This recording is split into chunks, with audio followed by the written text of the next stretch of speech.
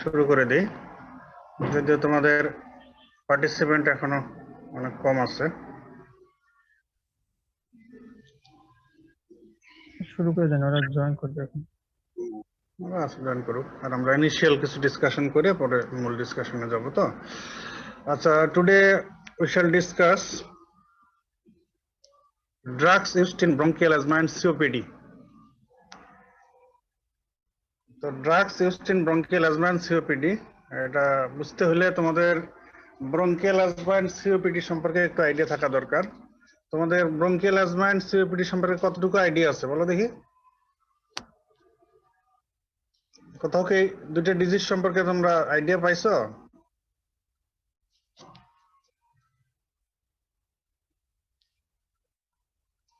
বলো, কথা বলো।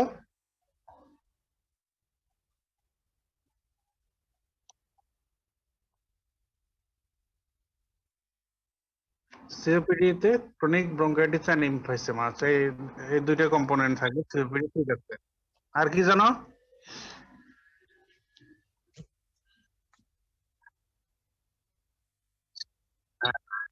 সিওপিডির মেইন কজ হচ্ছে স্মোকিং। ঠিক আছে, আর ব্রঙ্কিয়াল অ্যাজমা সম্পর্কে বলো দেখি দু একটা কথা। ব্রঙ্কিয়াল অ্যাজমা ম্যাক্সিমাম ক্ষেত্রে অ্যালার্জেন এর সঙ্গে রিলেটেড, তাই তো? আমরা কিন্তু গতকাল একটু বলছিলাম, এর আগেও বলা হয়েছিল কোন কোন ক্লাসে, প্যাথোজেনেসিসটা কি রকম? হ্যাঁ, pathogenesis of bronchial asthma starts with type 1 hypersensitivity reaction. তার মানে কিছু কিছু অ্যালার্জেনের এক্সপোজারে এই রিঅ্যাকশনটা হয়, এর সিকুয়েলি রিপিটেড এক্সপোজার। এই হলো ব্রঙ্কিয়াল অ্যাজমার কথা। তো ঠিক আছে, মোটামুটি এখন আচ্ছা একটু কথা বলো দেখি, ব্রঙ্কিয়াল অ্যাজমার সিওপিডি এই দুইটা ডিজিজের মধ্যে কোনটা বেশি খারাপ? সিওপিডি। সিওপিডি বেশি খারাপ। আর ব্রঙ্কিয়াল অ্যাজমা এটা খারাপ না কেন? এটাও তো ডিজিজ খারাপ। ব্রঙ্কিয়াল অ্যাজমা যদিও এর অনেক সিভিয়ার প্রেজেন্টেশন হইতে পারে, কিন্তু ব্রঙ্কিয়াল অ্যাজমা এটা কিন্তু কন্ট্রোলেবল। এটার যে ট্রিটমেন্ট গাইডলাইন আছে, যেসব ড্রাগস আছে আর যেসব অ্যাভয়েডেন্সের কথা বলা আছে, সেগুলো ইনস্ট্রাকশন ফলো করে ট্রিটমেন্ট কন্টিনিউ করলে bronchial asthma good control achieve করা যায়। কিন্তু সিওপিডি হচ্ছে প্রোগ্রেসিভ ডিজিজ। এটা হলো স্মোকিং আর আদার ইনজুরিয়াস ইনসাল্টের কারণে লাং প্যারেনকাইমা, ইভেন লাং ভাস্কুলেচারে যে ড্যামেজ হয়, এগুলো হচ্ছে প্রোগ্রেসিভ। প্রোগ্রেসিভলি ড্যামেজ হইতে হইতে একসময় কিন্তু এই সিওপিডির পেশেন্টদের এই পালমোনারি ভাস্কুলেচার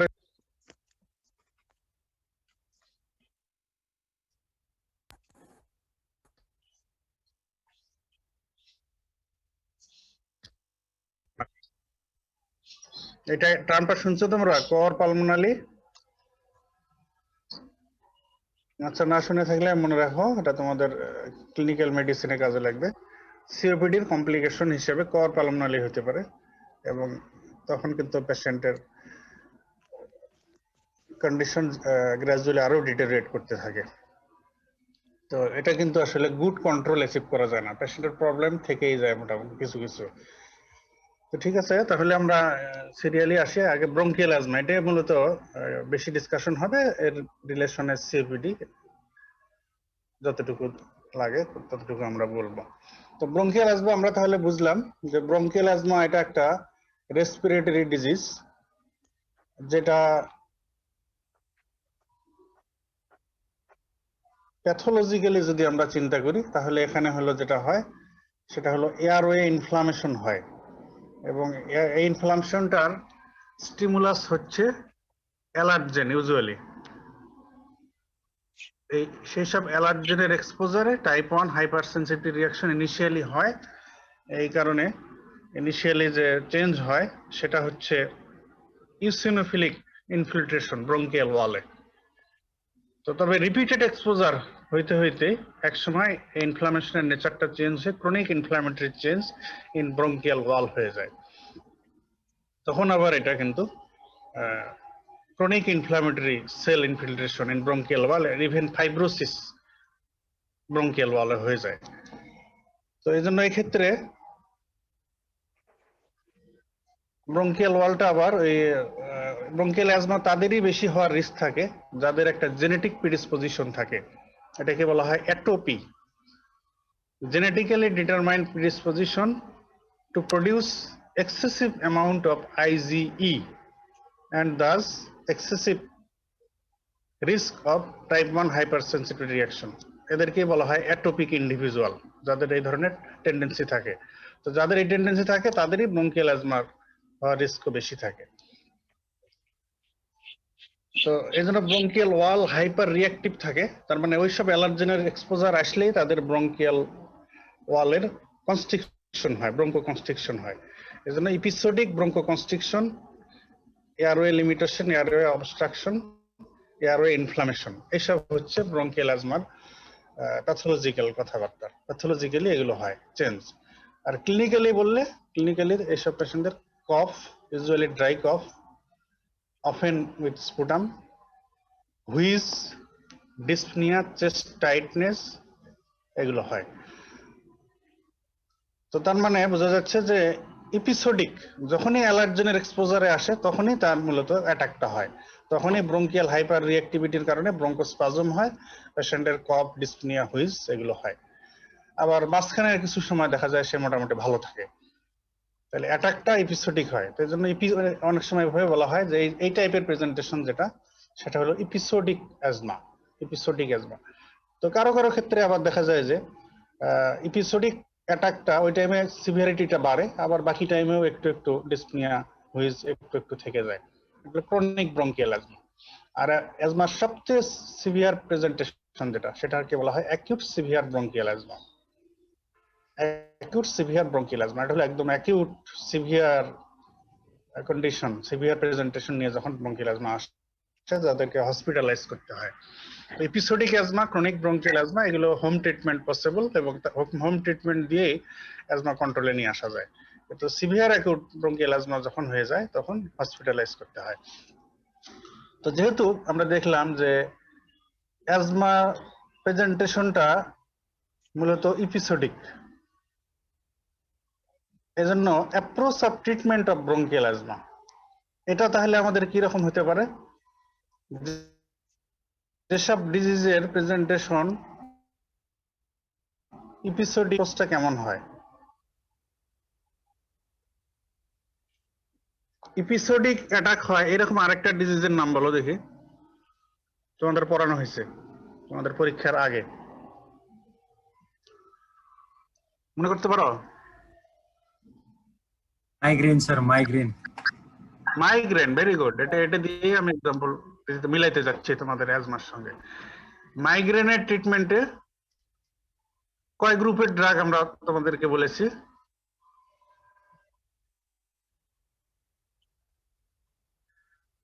মাইগ্রেনের অ্যাটাকটাও যেহেতু এপিসোডিক হয়, প্যারক্সিজমাল হয়, ওখানে আমরা দুই গ্রুপ ড্রাগগুলোকে দুই ভাগে ভাগ করছি। কিছু ড্রাগ ইউজ করা হয় যখন তার অ্যাটাক হয় সেই অ্যাকুট অ্যাটাককে টার্মিনেট করার জন্য, রিলিফ দেওয়ার জন্য। অ্যাবর্টিভ। আর আরেকটা গ্রুপ হচ্ছে যে যাতে ফার্দার অ্যাটাক না হয়, long term, short term relief করার জন্য এক ধরনের অ্যাকুট অ্যাটাক রিলিফ করার জন্য, আর একটা হলো লং টার্ম ইউজ করে ডিজিজ প্রসেসটাকে কন্ট্রোলে নিয়ে আসার জন্য। প্রোফাইল, এগুলোকে বলা হচ্ছে প্রিভেন্টর আর প্রোফাইল্যাক্টিক। অ্যাজমার ট্রিটমেন্ট অ্যাপ্রোচটাও অনেক সেরকমই।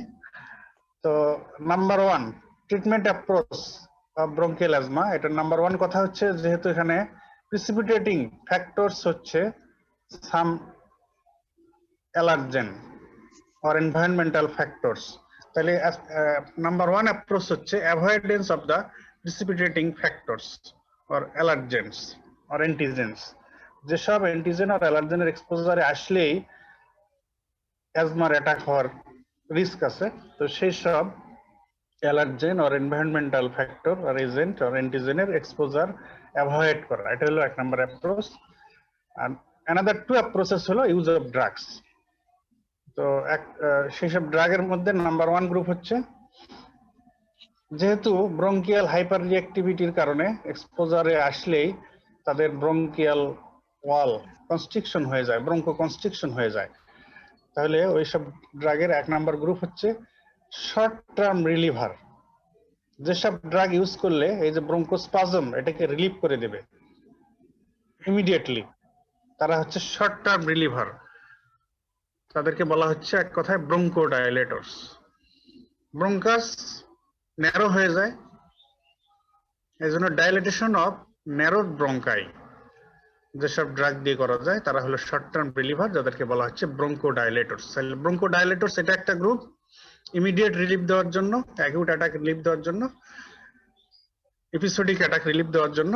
অ্যানাদার গ্রুপ হচ্ছে anti inflammatory drugs or long term controller or preventer, long term controllers or preventers, that is anti inflammatory drugs. যেসব ড্রাগ ইউজ করলে তার ইনফ্লামেটরি প্রসেস, ব্রঙ্কিয়াল ওয়ালে যে ইনফ্লামেটরি প্রসেস হয়, এই কারণে যে ডিজিজটা ক্রনিক হয়ে যায়, তো সেই ডিজিজ প্রসেসকে, ইনফ্লামেটরি প্রসেসকে কন্ট্রোল করা by using anti inflammatory drugs, এরা হচ্ছে লং টার্ম কন্ট্রোলার আর প্রিভেন্টারস। তাহলে একটা গ্রুপ হচ্ছে ব্রঙ্কোডাইলেটরস, অ্যানাদার গ্রুপ হচ্ছে long term controllers or preventers. Short term relievers or bronchodilators, another group long term controller or preventers. Now what are the bronchodilators?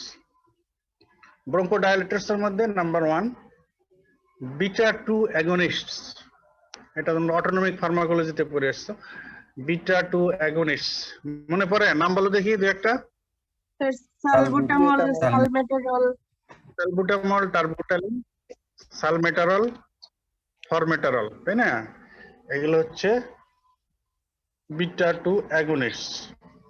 Another group xanthine derivatives or phosphodiesterase inhibitors.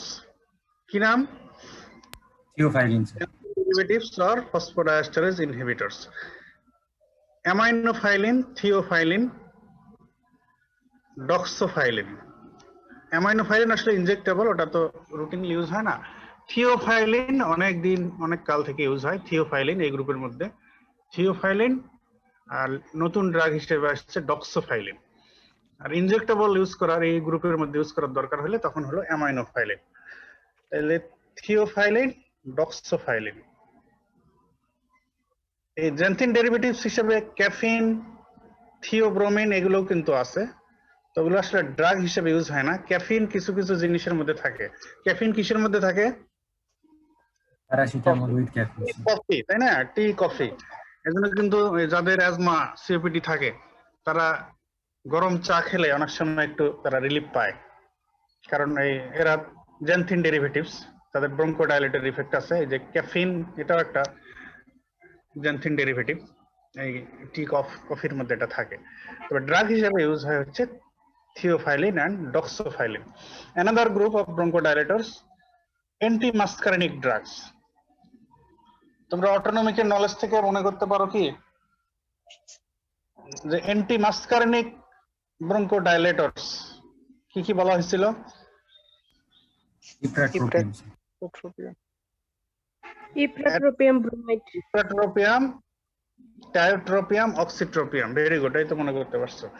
তাহলে এরা হচ্ছে অ্যান্টিমাস্কারিনিক। তাহলে ব্রঙ্কোডাইলেটরস হিসেবে আমরা তিনটা main group বললাম। একটা হচ্ছে বিটা 2 অ্যাগনিস্ট,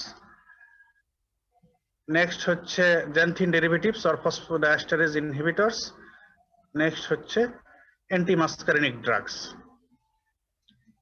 তাহলে বিটা 2 অ্যাগনিস্টস এর মধ্যে salbutamol, terbutaline, salmeterol, formoterol. xanthine derivatives or phosphodiesterase inhibitors এর মধ্যে থিওফাইলিন, ডক্সোফাইলিন, এছাড়া ক্যাফিন, থিওব্রোমিন, অ্যামাইনোফাইলিন এগুলো আছে। অ্যান্টিমাস্কারিনিক ড্রাগস এর মধ্যে ইপ্রাট্রোপিয়াম, অক্সিট্রোপিয়াম, টায়োট্রোপিয়াম। আচ্ছা, এগুলোর মধ্যে বিটা 2 অ্যাগনিস্ট যেগুলো আমরা নাম বললাম, এগুলো সব কিন্তু ইনহেল রুটে ইউজ হয়।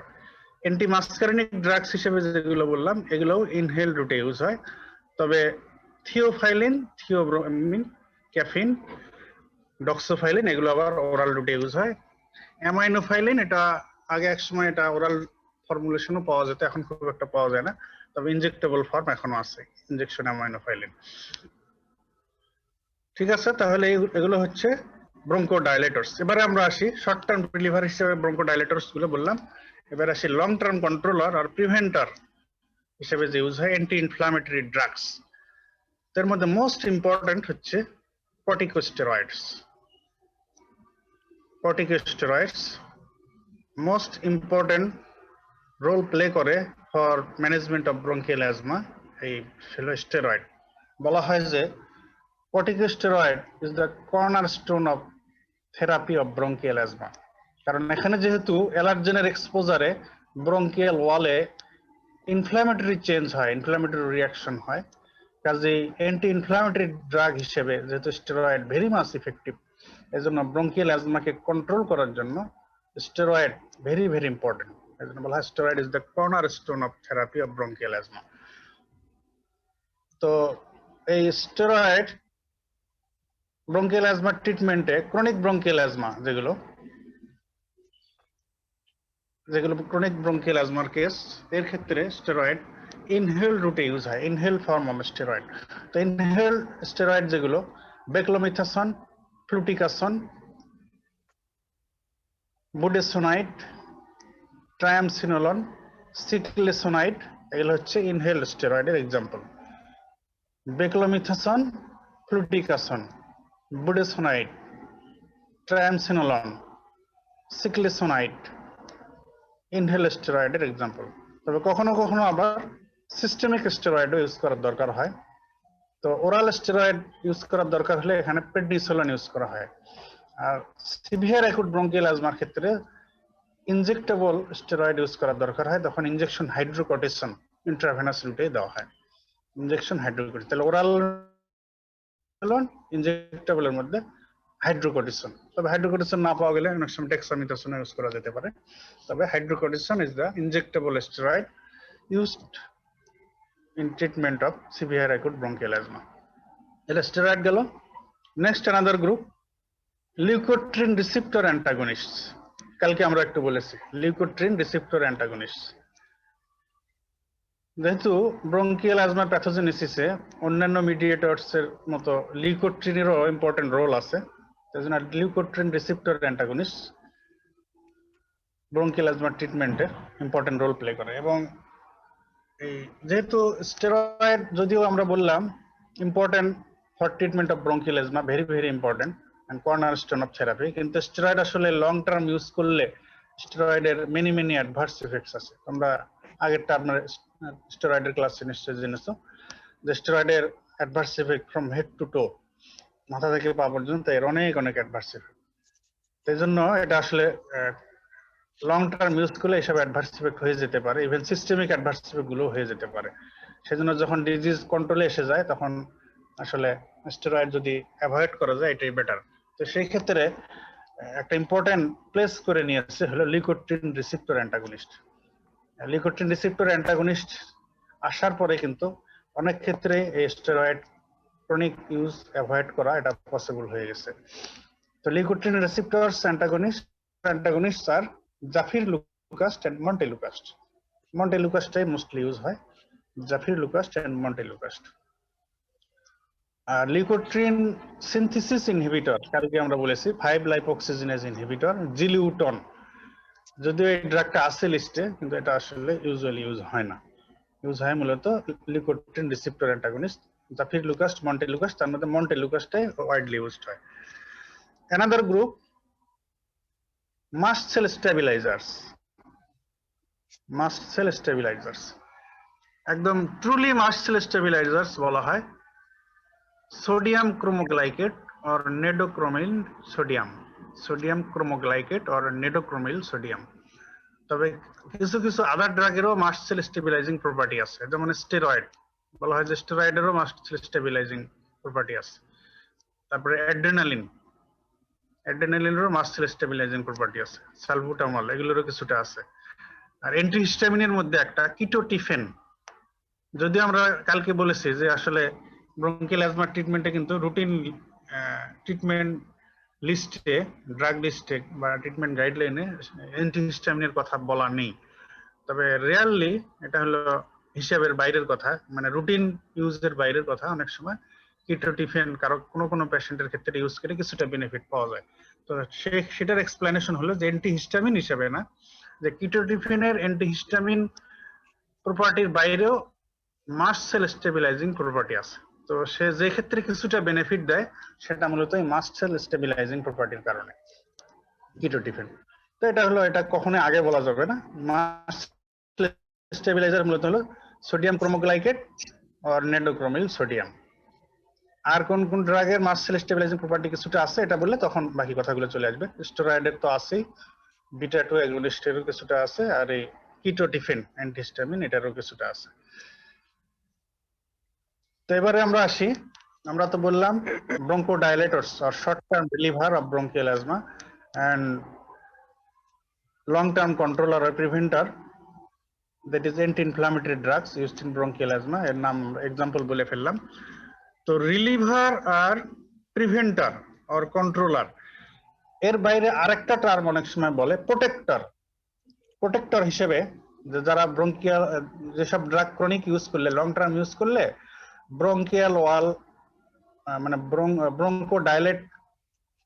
ডাইলেশন হয়েই থাকে, এই কারণে যদি অ্যালার্জেনের এক্সপোজারে আসেও তো কিছুটা ব্রঙ্কো কনস্ট্রিকশন হলেও যেহেতু আগে থেকে ব্রঙ্কো ডাইলেশন হয়ে আছে, তো এতে পেশেন্টের খুব একটা প্রবলেম হয় না। তো এই জন্য তার মানে তারা হলো প্রোটেক্ট করতেছে, অ্যাকুট অ্যাটাক বা সিভিয়ার অ্যাটাক হওয়ার এটাকে প্রোটেক্ট করে, এই জন্য এদেরকে বলা হয় প্রোটেক্টর। তো এই প্রোটেক্টরের লিস্টে বলা হয় লং অ্যাক্টিং বিটা 2 অ্যাগনিস্ট যারা আছে তারা এবং xanthine derivatives. Long acting beta 2 agonist and xanthine derivatives এদেরকে বলা হয় প্রোটেক্টর। এটা হলো একটু তোমাদের জন্য বেশি জানা। তো তোমরা মূলত ব্রঙ্কোডাইলেটর, দ্যাট ইজ রিলিভার, আর কন্ট্রোলার আর প্রিভেন্টর এটুকু জানলেই চলবে। পাশাপাশি একটু মনে রাখতে পারো, কেউ যদি বেশি একটু জানতে চায় যে প্রোটেক্টর কাদেরকে বলা হয়, তখন বলতে পারো যে long acting beta 2 agonist and xanthine derivatives এদেরকে প্রোটেক্টর বলা হয়। তো ব্রঙ্কোডাইলেটস এর মধ্যে সবচেয়ে ইম্পর্টেন্ট হচ্ছে beta 2 agonist. Beta 2 agonist, that is salbutamol, terbutaline, salmeterol, ফরমেটারল।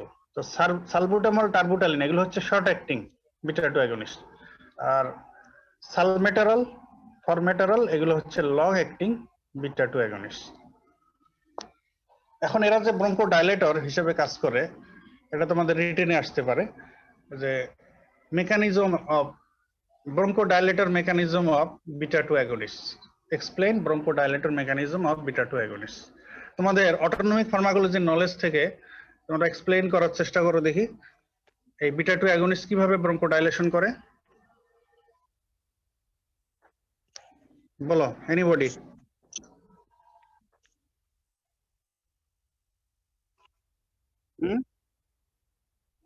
যেহেতু বিটা 2 অ্যাগনিস্ট, এর মেকানিজম এক্সপ্লেইন করতে হলে তোমাদের বিটা 2 রিসেপ্টরের ডিস্ট্রিবিউশন জানতে হবে। এখানে মনে পড়ে স্যার বিটা 2 রিসেপ্টর সাধারণত লাংসে থাকে, তো এখানের যে লাংসে বিটা 2 রিসেপ্টর লাংসের স্যার এই যে লাংসের ওয়ালে কোথায়, ব্রঙ্কিয়াল ওয়ালে, রেসপিরেটরি যে ওয়ালটা আছে, ব্রঙ্কিয়াল ওয়ালে কোথায়? ব্রঙ্কিয়াল ওয়ালে তো smooth muscle sir, smooth muscle wall, smooth muscle, smooth muscle. কোথায় থাকে বললে নাম্বার 1 বলতে হবে ব্রঙ্কিয়াল স্মুথ মাসল, এক কথায় শেষ, ব্রঙ্কিয়াল স্মুথ এটা muscle. Beta 2 usually sir, beta 2 হলো ইউজুয়ালি ভ্যাসোডাইলেটর করবে। তো আমরা যদি ড্রাগটা অ্যাগনিস্ট দিই তাহলে আরো এমনিতেই যেহেতু অ্যাজমাতে কনস্ট্রিকশন হয়, তাহলে তো আমাদের শ্বাস প্রশ্বাস নিতে কষ্ট হবে। তাহলে আমরা যদি বিটা 2 দিই, এমনিতে যেহেতু ভ্যাসোডাইলেটর, তো এটা স্যার ওই আরো বেশি এটা ক্লিন করবা। ব্রঙ্কাস কি ভেসেল? ব্রঙ্কাস কি ভেসেল? এটা হলো স্যার ব্রঙ্কোকনস্ট্রিকশন, ব্রঙ্কোডাইলেশন হবে স্যার, সরি ব্রঙ্কোডাইলেশন। আচ্ছা ঠিক আছে, আচ্ছা ঠিক আছে, এবার আমি বলতেছি শোনো। তাহলে সালবুটামল, টার্বুটালিন, সালমেটারল আর ফরমেটারল, তার মানে বিটা 2 অ্যাগনিস্ট। ইভেন নন সিলেক্টিভ বিটা 2 অ্যাগনিস্ট যেগুলো, যেমন অ্যাড্রেনালিনও কিন্তু বিটা 2 অ্যাগনিস্ট, তবে শুধু তারা সিলেক্টিভ না, নন সিলেক্টিভ, তাদের অন্য রিসেপ্টরের উপর ইফেক্ট আছে। তো beta 2 agonist binds with beta 2 receptors present on bronchial smooth muscle. Bronchial smooth মাসেলের বিটা 2 রিসেপ্টরের সাথে বিটা 2 অ্যাগনিস্ট গুলো বাইন্ড করলে কি হবে? তো অ্যাগনিস্ট এন্ড রিসেপ্টরের মধ্যে ইন্টারঅ্যাকশন যখন হবে এর সিকুয়েলি হিসাবে কি হবে? There is activation of adenyl cyclase. Adenyl cyclase activation হলে there is formation of cyclic AMP এবং কোথাও কোথাও কিছুটা সাইক্লিক জিএমপি, মূলত সাইক্লিক এএমপি। আর এই সাইক্লিক এএমপির ইফেক্ট হচ্ছে সে করবে relaxation of bronchial smooth muscle. So bronchial smooth muscle relaxation hole there is dilation of bronchus. So there is relief of dyspnea, wheeze, এইসব, that is symptom of bronchial asthma, bronchodilation. তাহলে beta 2 রিসেপ্টরের সাথে beta 2 agonist bind করলো, তারপরে receptor drug interaction আর receptor agonist interaction হিসেবে হয়ে adrenal cyclase stimulation হলো, ফরমেশন অফ সাইক্লিক এএমপি এবং সাইক্লিক এএমপির ইফেক্ট হলো ব্রঙ্কিয়াল স্মুথ মাসেলের উপরে relaxation of bronchial smooth muscle. আর ব্রঙ্কিয়াল স্মুথ মাসেল রিল্যাক্সেশন হয়ে গেলে ব্রঙ্কোডাইলেশন হয়ে যাবে, তো release of dyspnoea and wheeze. তাহলে এই হলো bronchodilator mechanism of beta 2 against. এখন বলো স্যার মায়োসিন লাইট চেইন কাইনেসের তাহলে কিভাবে কাজ করবে? এগুলো তোমাদের মলিকুলার লেভেলের কথা, এটা ওই মায়োসিন লাইট চেইন কাইনেস ওই দিয়ে আলটিমেট কথা হলো এটাই যে সাইক্লিক এএমপি।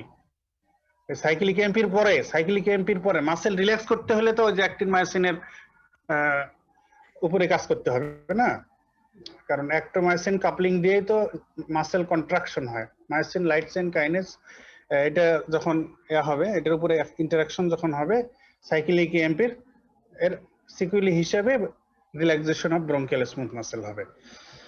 তো ওটা মলিকুলার লেভেল কথা যদি তোমরা বলতে পারো, বড় টেরিটেনের জন্য প্রিপেয়ার করে নিও।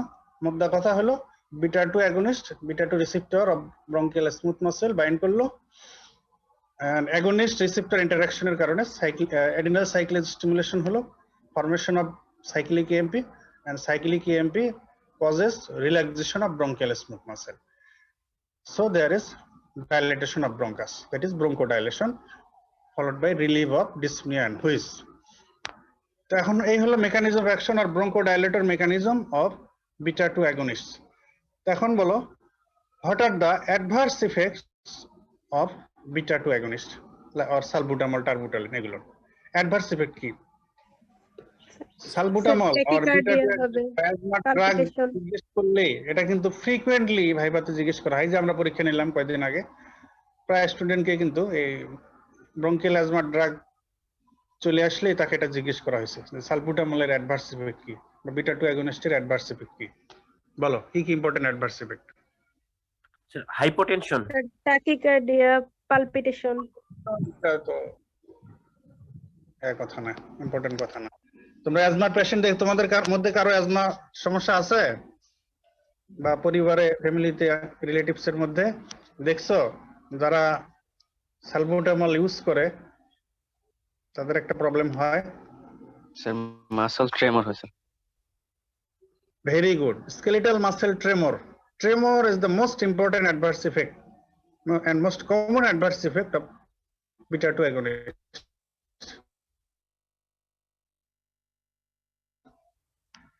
As you know, palpitation হয় due to tachycardia, কারণ এটার যদিও বলা হচ্ছে বিটা 2 agonist, কিন্তু বিটা 1 রিসেপ্টরের উপরেও কিছুটা অ্যাকশন করতে পারে।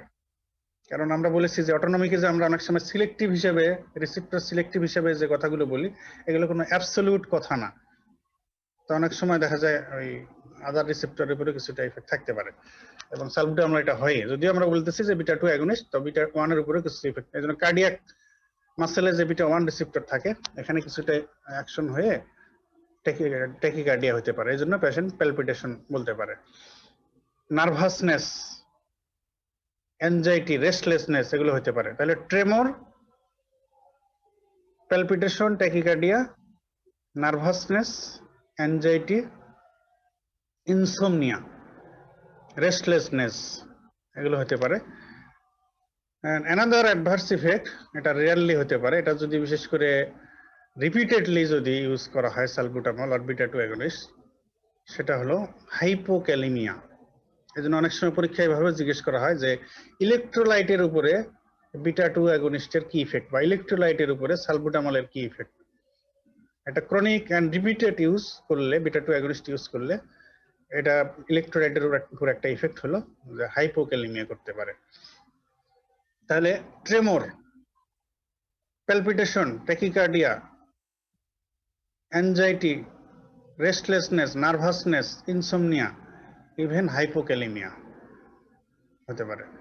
নাও what are the uses of beta 2 agonists like salbutamol, terbutaline?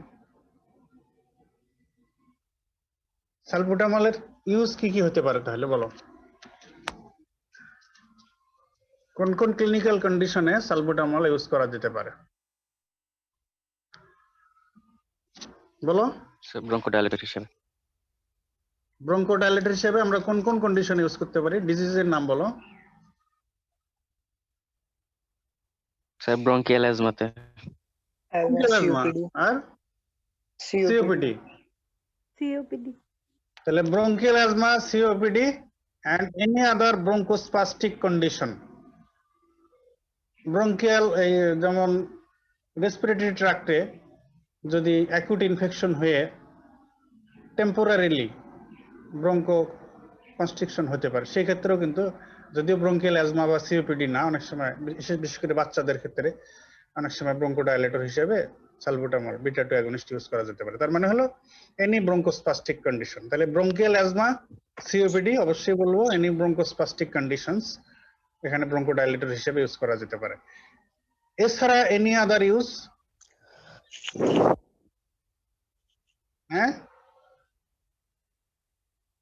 Very good. আমরা যেহেতু অ্যাডভার্স ইফেক্ট একটা পাইলাম যে হাইপোক্যালিমিয়া করতে পারে, তো এই অ্যাডভার্স ইফেক্টটাকে আমরা আবার অনেক সময় কাজে লাগাইতে পারি ফর ট্রিটমেন্ট অফ অ্যাকিউট হাইপারক্যালিমিয়া। যদিও ফার্স্ট লাইন ড্রাগ না, অ্যাকিউট হাইপারক্যালিমিয়ার ট্রিটমেন্টে অনেক ড্রাগ ইউজ করা যেতে পারে, এগুলোর লিস্ট অনেক লম্বা। তবে ওই লিস্টে সালবুটামলও আছে, আর বিটা 2 অ্যাগনিস্টও আছে, নেবুলাইজড ফর্মে ইউজ করা হয়। স্যার আইএলডি তে তাহলে ইউজ এটা করা হলো- যাবে? হ্যাঁ, আইএলডি তে যদি তার ব্রঙ্কোস্পাজমের ফিচার থাকে তাহলে এটা অ্যাডজাঙ্ক ড্রাগ হিসেবে ইউজ করা যাবে, কিন্তু আইএলডি এর মেইন ট্রিটমেন্ট কখনো এটা না। ওই ক্ষেত্রে যেহেতু ক্রনিক ইনফ্ল্যামেটরি চেঞ্জ হয় লাংসে, তো সেই ক্ষেত্রে ওটার জন্য ওই লাংসের ইনফ্লামেশন আইএলডি এর জন্য আলাদা ড্রাগ আছে, পারফেনিডন একটা নামের ড্রাগ আছে, এগুলো ইউজ করা হয়। তো ঠিক আছে, তাহলে এই হলো ব্রঙ্কোটা। এখন বলো routes of administration of beta 2 agonist for treatment of bronchial asthma and COPD. কোন দুটো? ইনহেলেশন। Inhalation. তাহলে routine route or common route of use of beta 2 agonist for treatment of bronchial asthma and COPD হচ্ছে inhalation route. তবে এগুলোর oral ফর্মুলেশনও আছে, tablet, syrup এগুলো আছে, even injectable ফর্মুলেশনও আছে। তো এগুলো হলো ফর স্পেশাল কন্ডিশন। অনেকের একটা রং কনসেপশন আছে যে ইনহেলার ইউজ করলে এটা ব্রঙ্কিয়াল অ্যাজমার ট্রিটমেন্টের ক্ষেত্রে এটা হচ্ছে last resort of treatment, inhaler. তারা এবং পেশেন্টরা অনেক ইভেন এডুকেটেড পেশেন্টকেও ইনহেলার প্রেসক্রাইব করলে তারা ভয় পায়, মনে করে যে ইনহেলার ইউজ করলে তাহলে তার ওরাল কোনো ওষুধে কাজ হবে না, ওরাল মেডিকেশনে কাজ হবে না, এরকম। তো এটা হচ্ছে রং কনসেপশন। অ্যাজমা ট্রিটমেন্ট গাইডলাইনে অ্যাজমা ট্রিটমেন্ট শুরুর কথাই বলা আছে ইনহেল ব্রঙ্কোডাইলেটর দিয়ে, ইনহেল সালবুটামল বা ইনহেল বিটা 2 অ্যাগনিস্ট দিয়েই ব্রঙ্কিয়াল অ্যাজমার ট্রিটমেন্ট স্টার্ট করার কথা বলা আছে। অ্যাজমা ট্রিটমেন্ট এটা তোমাদের ক্লিনিক্যালি আরো ভালো জানতে হবে, এটা কিন্তু stepwise approach of treatment of bronchial asthma আছে। Step 1, step 2, step 3, step 4, step 5, and এখন কোনো গাইডলাইনে স্টেপ 6 পর্যন্ত বলা হচ্ছে। তো স্টেপ ওয়াইজ অ্যাপ্রোচ আছে অ্যাজমা ট্রিটমেন্টে। তো সেই স্টেপ 1 যেটা দিয়ে অ্যাজমা ট্রিটমেন্ট শুরু করা হয় যাদের এপিসোডিক অ্যাজমা হয়, মাইল্ড সিমটম, তো স্টেপ 1-এ বলা আছে যে use of inhaled beta 2 against, মানে শুরু ট্রিটমেন্টই হলো ইনহেলার, কাজে এটা ভয় পাওয়ার কিছু নাই। আচ্ছা, তোমরা বললে একটা যে ইউজ হচ্ছে, একটা হলো ব্রঙ্কোডাইলেটর হিসেবে bronchial asthma, COPD any other bronchospastic condition, even acute hyperkalemia ট্রিটমেন্টও বিটা 2 অ্যাগনিস্ট সালবুটামল ইউজ করা যেতে পারে। এছাড়া আর কোথায় ইউজ করা যেতে পারে বিটা 2 অ্যাগনিস্ট? এটা তোমাদের আগের টার্মের এক চ্যাপ্টারের পড়া। বলো বিটা 2 অ্যাগনিস্ট আর কোথায় ছিল? আচ্ছা, বিটা 2 রিসেপ্টর আর কোথায় থাকে? ব্রঙ্কিয়াল স্মুথ মাসেল ছাড়া ইউটেরাস ইউটেরাইন স্মুথ মাসেলেও বিটা 2 রিসেপ্টর থাকে। তাহলে ইউটেরাইন স্মুথ মাসেলে যদি বিটা 2 রিসেপ্টর থাকে, তাহলে বিটা 2 অ্যাগনিস্টকে আমরা ওই রিলেশনে কোন কন্ডিশনে ইউজ করতে পারবো? Labour premature labour, preterm labour যদি হয়, তো সেই ক্ষেত্রে টু ডিলে দা লেবার, তাই তো? এইখানে এটার ইউজটা কি হিসেবে হচ্ছে? এখানে সে কি অ্যাকশন দিচ্ছে? আমরা যে কারণে এখানে ইউজ করতে মাসল পারি, রিল্যাক্স করে, ইউটেরাইন মাসেলের উপরে তার অ্যাকশনটা কি? কন্ট্রাকশন না রিল্যাক্সেশন? রিল্যাক্সেশন। তাহলে ইউটেরাইন রিল্যাক্সেন্ট হিসেবে বিটা 2 অ্যাগনিস্ট ইউজ করা হয়। তো ইউটেরাইন রিল্যাক্সেন্টকে কি বলে? টার্ম কি? টোকোলাইটিক্স। Very good. তাহলে দেখো, এই যে সালবুটামল বা বিটা 2 অ্যাগনিস্ট, এগুলোকে যে শুধু ব্রঙ্কোডাইলেটর আমরা মনে করবো তা না। ভাইবা পরীক্ষায় কিন্তু এইভাবে চলে যায়, এইভাবে চলে যাওয়া হয়। তো এখান থেকে কিন্তু কোথায় কোথায় চলে যাওয়া হচ্ছে এর ইউজ। যদিও কমনলি সালবুটামল ইউজ ব্রঙ্কোডাইলেটর হিসেবেই, ঠিক আছে, ব্রঙ্কিয়াল অ্যাজমা এন্ড সিওপিডিতে, কিন্তু নলেজ দেখো কোথায় চলে যেতে পারে, হাইপোক্যালেমিয়াতে চলে যেতে পারে, ইভেন টোকোলাইটিক এজেন্ট হিসেবেও বিটা 2 অ্যাগনিস্ট ইউজ হয়। তবে টোকোলাইটিক এজেন্ট হিসেবে সালবুটামল, টার্বোটালিন এগুলো ইউজ করলেও পাওয়া যাবে টোকোলাইটিক ইফেক্ট, ইউটেরাইন রিল্যাক্সেশন হবে। তবে ওই ক্ষেত্রে আবার চয়েস কোন বিটা 2 অ্যাগনিস্ট? স্যার রিটোড্রেন। রিটোড্রিন। এটা তোমাদের ডিসকাশন হয়ে গেছে এই বিটা, এই রিলেশনে এটা রিপিটেশন হচ্ছে। তো রিপিটেশন হওয়া ভালো, তাহলে তোমাদের আরো ভালো মনে থাকবে। তাহলে এখানে হচ্ছে রিটোড্রিন, টোকোলাইটিক এজেন্ট হিসেবে যে বিটা 2 অ্যাগনিস্ট কমনলি ইউজ হয় বা চয়েস, সেটা হচ্ছে রিটোড্রিন। ওকে, তাহলে বিটা 2 অ্যাগনিস্ট শেষ করলাম। এবারে চলে যাই xanthine derivatives or phosphodiesterase inhibitors. Sir হাইপোগ্লাইসেমিয়াতে করা যাবে নাকি? স্যার হাইপোগ্লাইসেমিয়াতে হ্যাঁ, বিটা 2, হাইপোগ্লাইসেমিয়া হলে বিটা 2 করা যাবে না? হাইপোগ্লাইসেমিয়া মানে গ্লুকোজ কম থাকে। হ্যাঁ, হাইপোগ্লাইসেমিয়াতে স্যার এটা বিটা 2 করা যাবে তো? এখানে তো লিভারে যেহেতু মানে লিভারে তো সাধারণত গ্লুকোজ বাড়ায় বিটা 2 যখন হয়, তার মানে অ্যাগনিস্ট হিসেবে হাইপোগ্লাইসেমিয়া ইউজ করতে পারে। করলে তো হাইপোগ্লাইসেমিয়া হবে না। না স্যার, এখানে মানে আমি বললাম যে হাইপোগ্লাইসেমিয়া হইলে ব্যবহার করা যেতে পারে লিভারে। হ্যাঁ, খেয়াল করো, অ্যাড্রেনালিনের যে ইফেক্ট লিভারে, হাইপোগ্লাইসেমিয়া হলে ইউজ করা যেতে পারে। গ্লাইকোজেনোলাইসিস করে হাইপোগ্লাইসেমিয়া কারেকশন করে। হ্যাঁ স্যার, কারেকশন হাইপোগ্লাইসেমিয়া কারেকশন করে। হাইপোগ্লাইসেমিয়া হলে করা যেতে পারে। হ্যাঁ, জি স্যার। তাহলে ওই জন্য বলতে তো ইউজ করা যেতে পারে ওখানেও এটা। জি স্যার। হ্যাঁ স্যার, কারণ মানে ওখানে তো লিভারে তো বিটা 2 আছে, তাহলে তো আমরা হ্যাঁ হ্যাঁ সেহেতু তো ব্যবহার করা যেতে লিভারেও পারে আছে। hypoglycemia হলে। এই ক্ষেত্রে ব্যবহার করা হয় যেটা অ্যাড্রেনালিন, এগুলো এই পারপাসে ইউজ হয় না। হয়তো এটার কোনো ক্লিনিক্যাল স্টাডি নাই, এই কারণে এটা না। অ্যাড্রেনালিন ইউজ করা হয়, মানে হাইপোগ্লাইসেমিয়া ট্রিটমেন্টে ফার্স্ট তো হলো গ্লুকোজ ইউজ করা হয় জি স্যার। ওরালি, তো প্রয়োজন হলে আইভি গ্লুকোজ ইউজ করা হয়। এছাড়া প্রয়োজন হলে গ্লুকাগন ইউজ করা হয়। প্রয়োজন হলে বিটা 2 অ্যাড্রেনালিন এটা ইউজ করার কথা। তো এই আমাদের সিলেক্টিভ যেগুলো, এগুলো ওখানে ইউজ করার কথা কোথাও নাই। হয়তো এটা নিয়ে কোনো স্টাডি হয় নাই, কারণ যে কোনো ড্রাগ ক্লিনিক্যাল ইউজের আগে এটার হলো ক্লিনিক্যাল স্টাডি থাকতে হয়। শুধু থিওরিটিক্যাল নলেজের উপরে একটা ড্রাগ ইউজ করা হয় না। এটা ক্লিনিক্যাল স্টাডি করার পরে এটা যদি দেখা যায় যে হ্যাঁ ক্লিনিক্যালি এটা এফেক্টিভ, তখন এটা ইউজ করা হয়। তো অ্যাড্রেনালিন ইউজ করা হয় এই পারপাসে, কিন্তু এগুলোর কথা কোথাও এখনো নাই। তবে থিওরিটিক্যালি তুমি যেটা ধরছো ঠিক আছে, যেহেতু সে গ্লাইকোজেনোলাইসিস করে বিটা 2 মিডিয়েটেড ইফেক্ট, তো থিওরিটিক্যালি কিন্তু এটা ওখানে ইফেক্টিভ হওয়ার কথা। তো okay, next xanthine derivatives or phosphodiesterase inhibitors. Theophylline, doxofylline, aminophylline, caffeine, theobromine. তো এখানে চলে আসি আমরা, ডাইরেক্ট চলে যাই mechanism of action of phosphodiesterase inhibitors or this xanthine derivatives. তো এদের বলা হচ্ছে ফসফোডাইএস্টারেজ ইনহিবিটরস। এই নামটার মধ্যে এর মেকানিজম লুকিয়ে আছে। ফসফোডাইএস্টারেজ এনজাইম এর ফাংশন কি বলো? ফসফোডাইএস্টারেজ এনজাইম কি করে? So cyclic AMP into AMP. Breakdown করে, ঠিক আছে। আমরা যে এই সালবুটামল বা বিটা 2 অ্যাগনিস্টের মেকানিজম অফ অ্যাকশন দেখলাম, এখানে bronchial smooth muscle relaxation followed by bronchodilation, এটা আলটিমেটলি কার ইফেক্ট দেখলাম? সাইক্লিক এএমপির ইফেক্ট। তার মানে সাইক্লিক এএমপিটাই হলো সেকেন্ড মেসেঞ্জার যে ব্রঙ্কোডাইলেশন করে।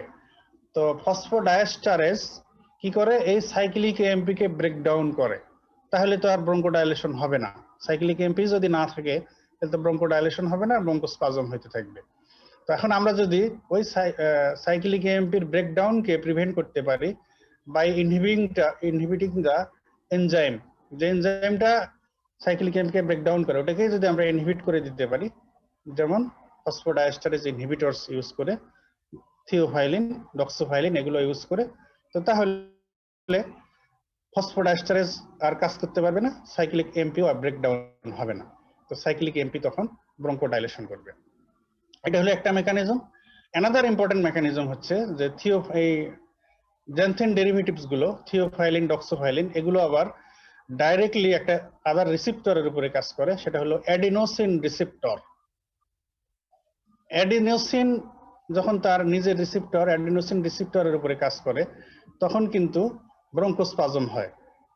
তো অ্যাডিনোসিন রিসিপ্টরকে এই থিওফাইলিন, ব্রোমিন, ডক্সোফাইলিন এরা ব্লক করে দেয়, তখন অ্যাডিনোসিন রিসিপ্টরের উপরে কাজ করতে পারে না, ব্রঙ্কোস্পাজম হয় না। তাহলে এই দুইটা ইম্পর্টেন্ট মেকানিজমে ফসফোডাইএস্টারেজ ইনহিবিটরস আর জ্যানথিন ডেরিভেটিভস এরা কাজ করে। একটা হলো যে নামের সাথে যেটা ফসফোডাইএস্টারেজ এনজাইমকে ইনহিবিট করে দেয়, যার ফলে সাইক্লিক এএমপি আর ব্রেকডাউন হয় না, cyclic AMP bronchial smooth muscle relaxation and bronchodilation করে। অ্যানাদার মেকানিজম হচ্ছে যে এই জ্যানথিন ডেরিভেটিভস গুলো অ্যাডিনোসিন রিসিপ্টরস কে ব্লক করে দেয়, যার ফলে আর অ্যাডিনোসিন রিসিপ্টরে কাজ করতে পারতেছে না, কারণ অ্যাডিনোসিন রিসিপ্টরে কাজ করলে ব্রঙ্কোস্পাজম করতো। তো সেই রিসিপ্টর যখন ব্লক হয়ে গেল, তখন আর ব্রঙ্কোস্পাজম হচ্ছে না, ব্রঙ্কোস্পাজম রিলিভ হচ্ছে। এভাবে ব্রঙ্কোডাইলেশন হচ্ছে। এবারে adverse effects of xanthine derivatives, এই ফসফোডাইএস্টারেজ ইনহিবিটরস,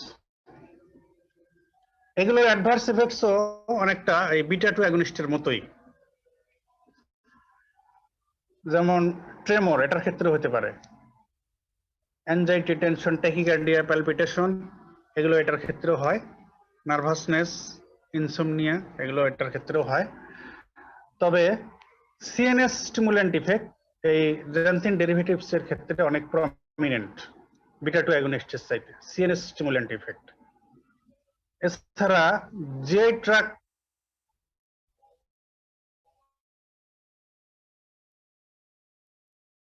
আপসেট, থিওফাইলিনের একটু আগে বলেছি যে থিওফাইলিন এর মধ্যে যে ক্যাফিন, কফি এগুলো খেলে, যেমন একদিকে যাদের ব্রঙ্কোস্পাজম আছে, ডিসপনিয়া আছে, তারা একটু রিলিফ পায়। চা খেলে কারো কারো আরেকটা ইফেক্ট হয়, ফিজিওলজিক্যাল ইফেক্ট। সেটা তোমরা জানো কি? চা খেলে আরেকটা ফিজিওলজিক্যাল ইফেক্ট হয় কারো কারো ক্ষেত্রে। গ্যাস্ট্রিকের সমস্যা স্যার। এটা গ্যাস্ট্রিন সিক্রেশন কিছুটা বাড়ায়, এইচসিএল সিক্রেশন কিছুটা বাড়াইতে পারে, এই জন্য হতে পারে এটা পিইউডি কিছুটা অ্যাগ্রাভেট করতে পারে। অ্যানাদার ইফেক্ট, ঠিক আছে, ওটাও একটা ইফেক্ট, যে ইউরিনেশন, এটার মাইল্ড ডায়ুরেটিক ইফেক্ট আছে। জ্যানথিন ডেরিভেটিভস গুলোর মাইল্ড ডায়ুরেটিক ইফেক্ট আছে, এই জন্য কিন্তু টি, কফি খেলে কারো কারো এরপরে দেখা যায় ইউরিনেশনের ডিজায়ার হয়, ইউরিনেশন হয়। তাহলে অ্যাডভার্স ইফেক্ট হচ্ছে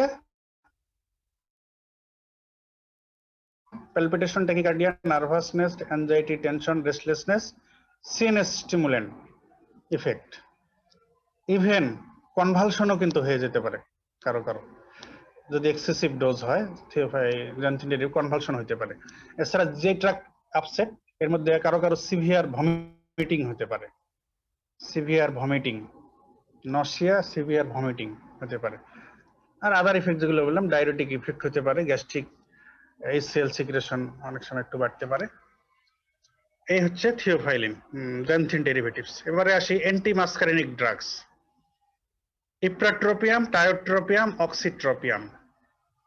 যদি তোমাকে জিজ্ঞেস করি যে mechanism of action of ipratropium বা any anti muscarinic drugs used in treatment of bronchial asthma, তাহলে মেকানিজমটা কিভাবে এক্সপ্লেইন করবে?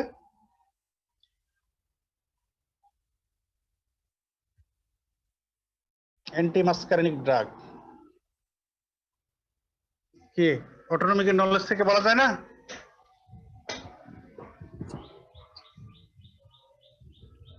M2 রিসেপ্টর দিয়ে কাজ করতে পারে, M2 রিসেপ্টর দিয়ে কাজ করতে পারে। M2 না, যদি M3 বলো কেন তোমরা? আমরা পড়তেছি ব্রঙ্কিয়াল অ্যাজমা, M3 দিয়ে কাজ বা ব্রঙ্কোডাইলেশন, এটা বলবো। এখানে তো ভ্যাসোডাইলেটর ইফেক্ট দিয়ে এক্সপ্লেইন করা সুযোগ নাই। ঠিক আছে, ব্রঙ্কিয়াল স্মুথ মাসেলে, ব্রঙ্কিয়াল স্মুথ মাসেলে যেমন আমরা এই সালবুটামলের মেকানিজমে বললাম বিটা 2 রিসেপ্টর থাকে। এখন মাস্কারিনিক রিসেপ্টর কোনটা থাকে ব্রঙ্কিয়াল স্মুথ মাসেলে? M3 M3। ঠিক আছে, তাহলে যদি আমরা অ্যান্টি মাস্কারিনিক ড্রাগ ইউজ করি, ইপ্রাট্রোপিয়াম, টায়োট্রোপিয়াম এগুলো ইউজ করি, তাহলে এরা ব্রঙ্কিয়াল স্মুথ মাসেলে যে M3 রিসেপ্টর আছে, M3 রিসেপ্টরকে ব্লক করে দিবে। ব্লক করে দিলে মাস্কারিনিক রিসেপ্টরের যে ইফেক্ট সেটা ব্লক হয়ে গেল। তো মাস্কারিনিক রিসেপ্টর স্টিমুলেশন হলে ব্রঙ্কিয়াল ওয়ালের উপরে কি ইফেক্ট ছিল? ব্রঙ্কোস্পাজম হইতো।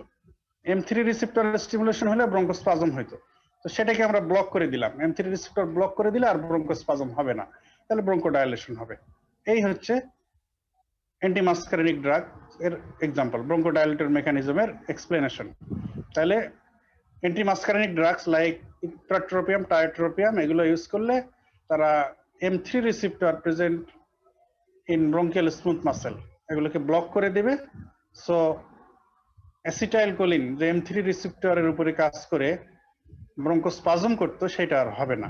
তো ব্রঙ্কোস্পাজম না হলে ব্রঙ্কোডাইলেশন হবে, রিলিভ অফ ব্রঙ্কোস্পাজম হবে। তো এইভাবে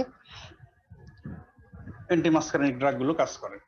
তো এদেরকে আবার কোন রুটে ইউজ করা হয়? ইপ্রাট্রোপিয়াম, টায়োট্রোপিয়াম, অক্সিট্রোপিয়ামের রুট অফ অ্যাডমিনিস্ট্রেশন কি? Inhalation sir. এরাও কিন্তু ইনহেল রুটে ইউজ হয়। এদের কিন্তু কোনো ওরাল অর ইনজেক্টেবল ফর্মুলেশন নাই, অনলি ইনহেল রুটে এগুলো ইউজ হয়। ইপ্রাট্রোপিয়াম, টায়োট্রোপিয়াম, অক্সিট্রোপিয়াম অনলি ইনহেল রুটে এরা ইউজ হয়। ওকে, তাহলে আমরা ব্রঙ্কোডাইলেটরস বলে ফেললাম মোটামুটি। এবারে চলে আসি লং টার্ম কন্ট্রোলার আর প্রিভেন্টার্স। এর মধ্যে steroids number 1 and most important and cornerstone of therapy of bronchial asthma, corticosteroids.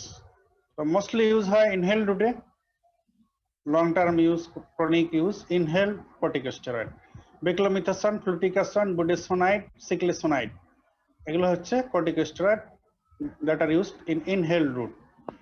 এছাড়া oral prednisolone ইউজ করা হয় অনেক সময়, and injectable hydrocortisone. Role of steroid in bronchial asthma, এটা frequently রিটেনেও আসে, ভাইভাতে জিজ্ঞেস করা হয়। Explain the role of steroid in bronchial asthma. কি রোল? anti-inflammatory. এতো স্টেরয়েড হচ্ছে very powerful anti inflammatory drug. তাহলে একটা এক্সপ্লেইন করতে হবে অ্যান্টি ইনফ্ল্যামেটরি ইফেক্ট দিয়ে। এই ব্রঙ্কিয়াল অ্যাজমার প্যাথোজেনিসিস, এই টাইপ 1 হাইপারসেনসিটিভ রিঅ্যাকশন থেকে শুরু করে এটা যে পরে ক্রনিক ইনফ্ল্যামেশন হলো, এই সব স্টেপে স্টেরয়েড ইফেক্টিভ। ইনফ্ল্যামেশনের যত ধাপ আছে, টাইপ 1 রিঅ্যাকশন থেকে শুরু করে acute inflammation, chronic inflammation, fibrosis inhibit করা, প্রিভেন্ট করা, রিভার্স করা, সবকিছুতেই এই inflammatory cell infiltration, mediator release, তারপরে ভাস্কুলার পারমিয়াবিলিটি কমানো, ভ্যাসোডাইলেটরি ইফেক্ট কমানো, সবকিছুতে মাস্ট সেল স্টেবিলাইজিং ইফেক্ট, সব ইফেক্ট কিন্তু স্টেরয়েডের আছে। তার মানে powerful, very powerful anti inflammatory drug হচ্ছে স্টেরয়েড। তাহলে একটা হলো অ্যান্টি ইনফ্ল্যামেটরি ইফেক্ট। তো অনেকে এটা বলে শেষ করে দেয়, কিন্তু এক্সামিনাররা এটা বলে শেষ করলে তাতে কিন্তু প্লিজড হন না, আর একটা ইম্পর্টেন্ট কথা শুনতে চান। সেটা কি? Inhibit immune response. Immune response কি ইনহিবিট করবে? ইমিউন রেসপন্স, ওগুলো ইমিউনিটি, ইমিউন রেসপন্স আর ইনফ্লামেশন, ওগুলো এগুলো একই কথা বলা ছিল, পাশাপাশি লাগানো কথা, একটার সাথে আর একটা লাগানো, এটা ধরো একটার মধ্যেই। ঠিক আছে, anti inflammatory and immunosuppressive effect মানলাম। আর কেমোটক্সিস হতে পারে। এগুলো তো ইনফ্লামেশনারি পার্ট, কেমোটক্সিস ইনফ্লামেশনারি অংশ না, ওগুলো তো ওর মধ্যেই আছে। মাস্ট সে স্টেবিলাইজার করে। another important effect যেটা না বললে তোমার আনসার কমপ্লিট হবে না এবং এক্সামিনারও প্লিজড হবেন না, সেটা হচ্ছে পারমিসিভ অ্যাকশন। স্টেরয়েডের permissive action is very very important. এটা এই জন্যই বলা হয় যে ক্রনিক ইউজের পরে অ্যান্টি ইনফ্লামেটরি ইফেক্ট পাওয়া যায়, এটা ঠিক আছে মানলাম, কিন্তু অ্যাজমা তো অনেক সময় অ্যাকিউট সিভিয়ার ব্রঙ্কিয়াল অ্যাজমা হিসেবেও প্রেজেন্ট করে।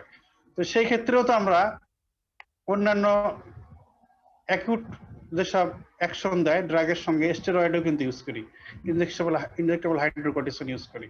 তো যদি শুধু অ্যান্টি ইনফ্লামেটরি ইফেক্ট এটাই যদি ইম্পর্টেন্ট হইতো, তাহলে অ্যাকিউট সিভিয়ার ব্রঙ্কিয়াল অ্যাজমাতে তাহলে স্টেরয়েড কিভাবে বেনিফিট দেয়? এটার এক্সপ্লেনেশন হলো that due to its permissive action. Permissive action মানে হলো যদি স্টেরয়েড ইউজ করা হয়, এটা হলো ফিজিওলজিতে কর্টিসল, আর ফার্মাকোলজিক্যালি হলো ড্রাগ হিসেবে যেসব স্টেরয়েড ইউজ করা হয়।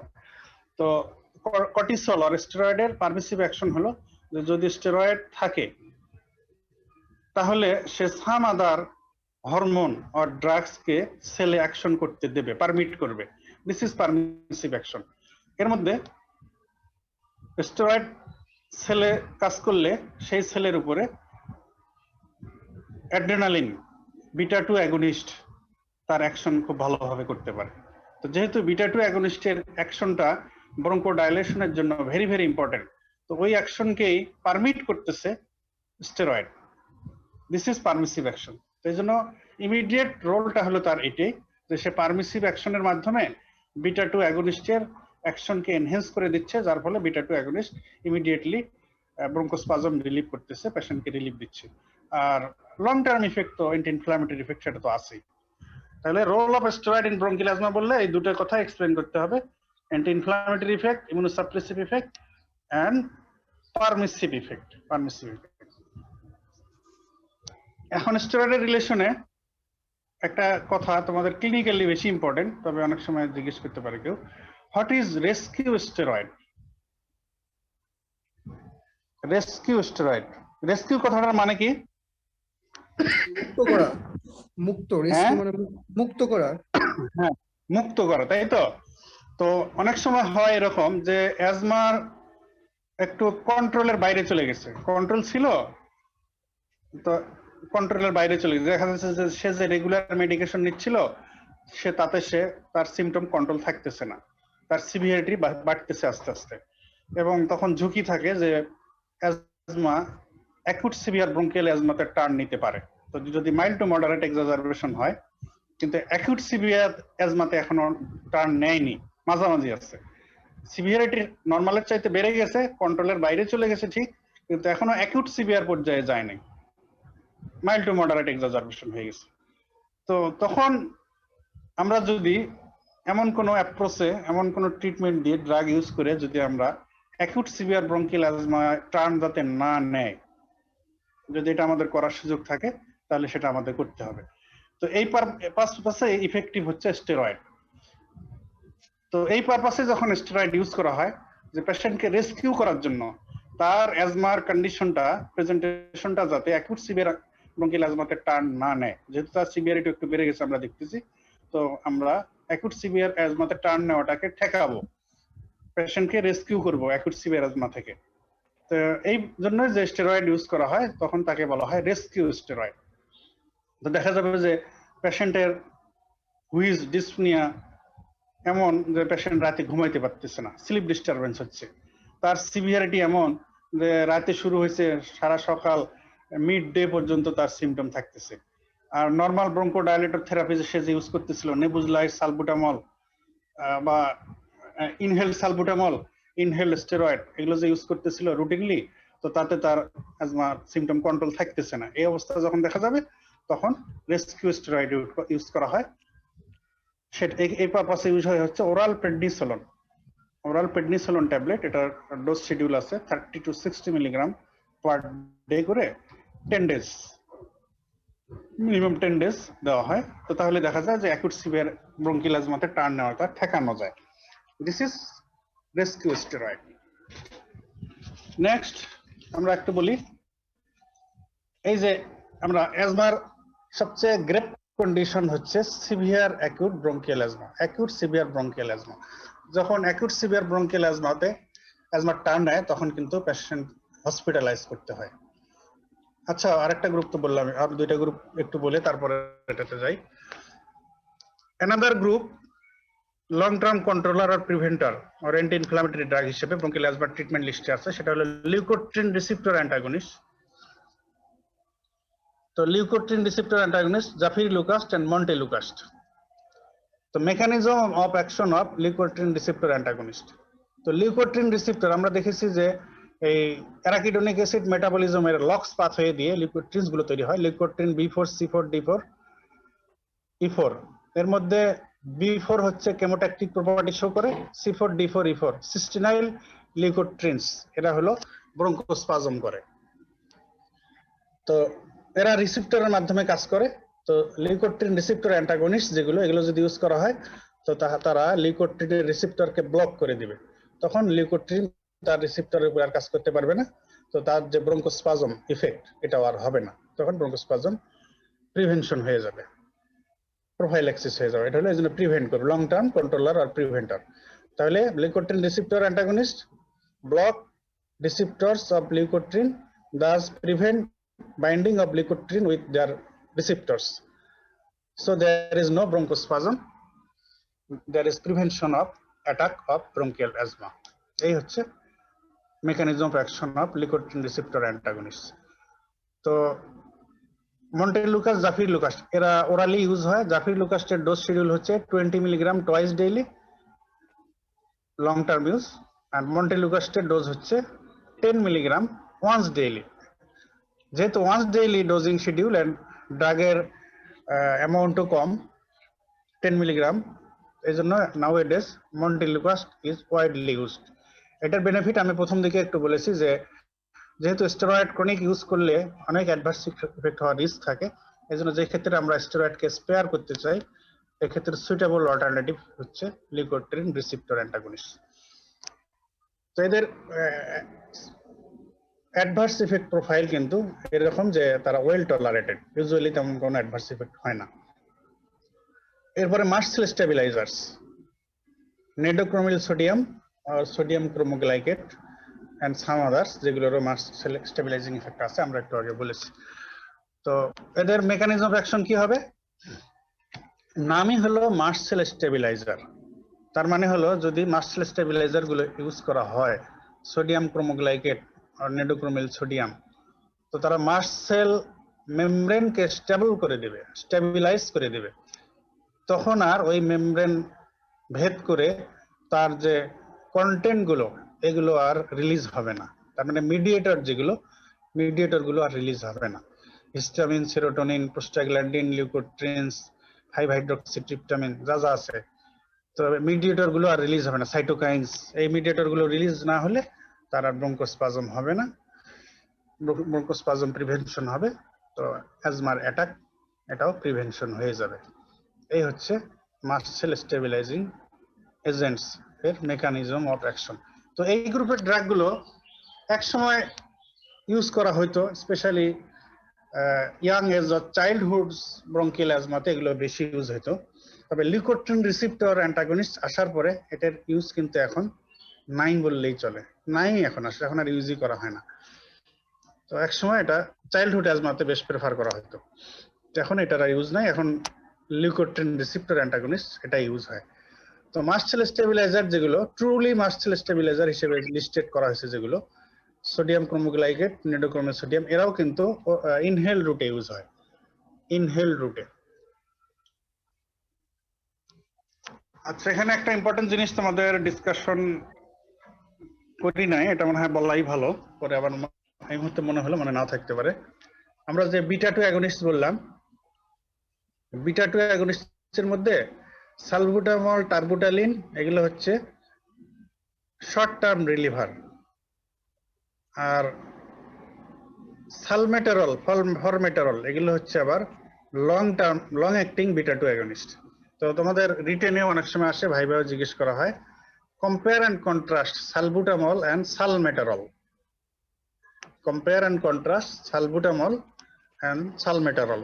এগুলো আসলে যেহেতু সালবুটামল হচ্ছে শর্ট অ্যাক্টিং আর সালমেটারল হচ্ছে লং অ্যাক্টিং, দুটাই বিটা 2 অ্যাগনিস্ট, এটাও বিটা 2 অ্যাগনিস্ট, ওটাও বিটা 2 অ্যাগনিস্ট, কিন্তু সালবুটামল হচ্ছে শর্ট অ্যাক্টিং বিটা 2 অ্যাগনিস্ট, সালমেটারল হচ্ছে লং অ্যাক্টিং বিটা 2 অ্যাগনিস্ট। তো সালবুটামল এটাও ইনহেল, এটা ইনহেল রুটেও ফর্মুলেশনও আছে। সালবুটামল কিন্তু ট্যাবলেট, ওরাল ফর্মুলেশনের মধ্যে ট্যাবলেট, সিরাপ এগুলো ফর্মুলেশনও আছে। ইভেন ইনজেক্টেবল সালবুটামলও অ্যাভেলেবল। আমাদের দেশে থাকতে পারে, নাও থাকতে পারে, কিন্তু আদার কান্ট্রিতে, কোন কোন কান্ট্রিতে ইনজেক্টেবলও আছে। আর সালমেটারল কিন্তু অনলি ইনহেল ফর্মুলেশন অ্যাভেলেবল, এটার কিন্তু আর কোনো ফর্মুলেশন নাই। আচ্ছা, সালবুটামল যেহেতু শর্ট অ্যাক্টিং বলতে কি রকম, এটা হলো, এটা ফ্রিকোয়েন্সি অফ ডোজিং এটা হচ্ছে 4 to 6 আওয়ারলি। শর্ট অ্যাক্টিং হওয়ার কারণে এটা 4 to 6 আওয়ারলি এটা দিতে হয়, তার মানে দিনে 4 বার থেকে 6 বার দিতে হবে মিনিমাম। আর সালমেটারল এটা হচ্ছে লং অ্যাক্টিং, এটা ইউজুয়ালি টয়েস ডেইলি অ্যাডমিনিস্ট্রেশন, এটার অ্যাকশন মিনিমাম 12 ঘন্টা থাকে, এই জন্য টয়েস ডেইলি অ্যাডমিনিস্ট্রেশন। তার শর্ট অ্যাক্টিং হওয়ার কারণে সালবুটামলের ইউজ হচ্ছে মূলত শর্ট টার্ম রিলিভার হিসাবে, এটা কিন্তু ক্রনিক ইউজ না। যখন অ্যাটাক হবে, যখন ব্রঙ্কোস্পাজম হবে, হুইজ হবে, ইমিডিয়েট রিলিফ দেওয়ার জন্য সালবুটামল ইউজ করা হয়। কিন্তু সালমেটারল কিন্তু ইমিডিয়েট কোনো রিলিফ দিতে পারবে না।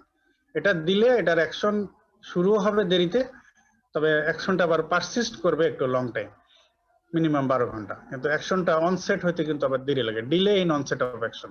কিন্তু salbutamol rapid onset of action, salmeterol delay in onset of action. আর ডিউরেশন অফ অ্যাকশন এটা হলো শর্ট, আর সালমেটারল হচ্ছে লং, মিনিমাম 12 আওয়ার্স। আর সালবুটামল এটা ব্রঙ্কিয়াল অ্যাজমার যে স্টেপ ওয়াইজ ট্রিটমেন্ট আছে, each step of treatment of bronchial asthma-তে salbutamol is used.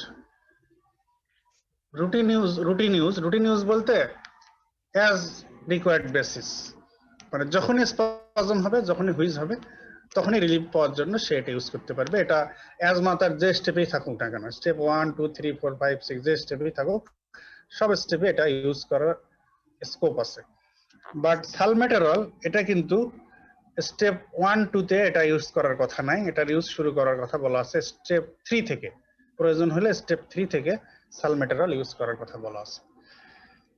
তাহলে আর এটাকে যেমন বলা হলো যে রিলিভার, সালবুটামল অনলি রিলিভার হিসেবে ইউজ হয়, আর সালমেটারল এটা আসলে প্রিভেন্টিভ অ্যান্ড প্রোটেক্টিভ হিসেবে মূলত ইউজ হয়।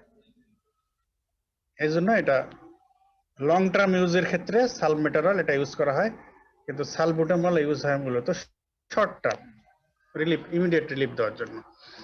তো ঠিক আছে, তাহলে তোমরা এটা পরীক্ষার জন্য প্রিপেয়ার করে নেবে যে compare and contrast salbutamol and salmeterol. তো এবারে যেটা বলতে চাচ্ছিলাম, ভেরি ভেরি ইম্পর্টেন্ট, এটা রিটেনেও আসে ফ্রিকুয়েন্টলি, ভাইবে তো এটা জানতে চাওয়া হয়। Treatment of acute severe bronchial asthma, treatment of acute severe bronchial asthma or drugs used in acute severe bronchial asthma, drugs used in acute severe bronchial asthma। আমরা treatment হিসেবে বলি, একটু মেইন হেডলাইন গুলো বলি, তারপরে ড্রাগ নিয়ে কথা হবে। তো যেহেতু acute severe bronchial asthma is a medical emergency, acute severe bronchial asthma is a medical emergency, so patient should be immediately hospitalized. Immediate hospitalization, এরপরে পেশেন্টের ট্রিটমেন্ট স্টার্ট করে দিতে হবে। High flow, high concentration oxygen,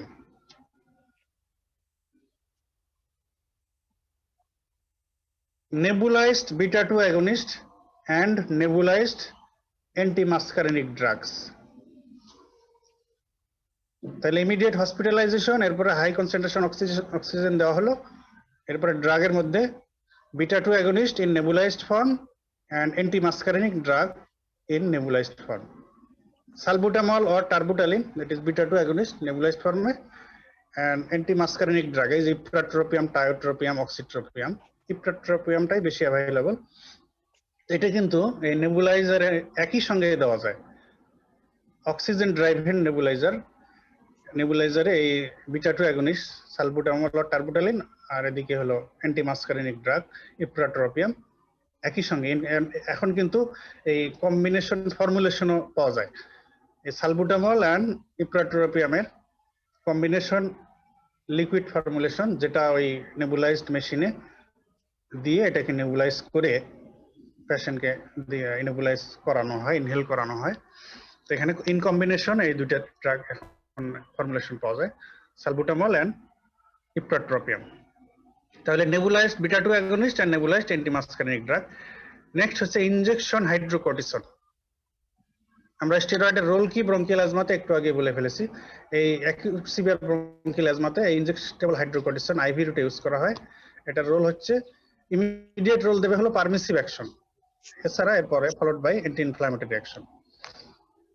এই হচ্ছে routine treatment of acute severe bronchial asthma. Immediate hospitalization, high flow, high concentration oxygen, nebulized salbutamol, nebulized ipratropium.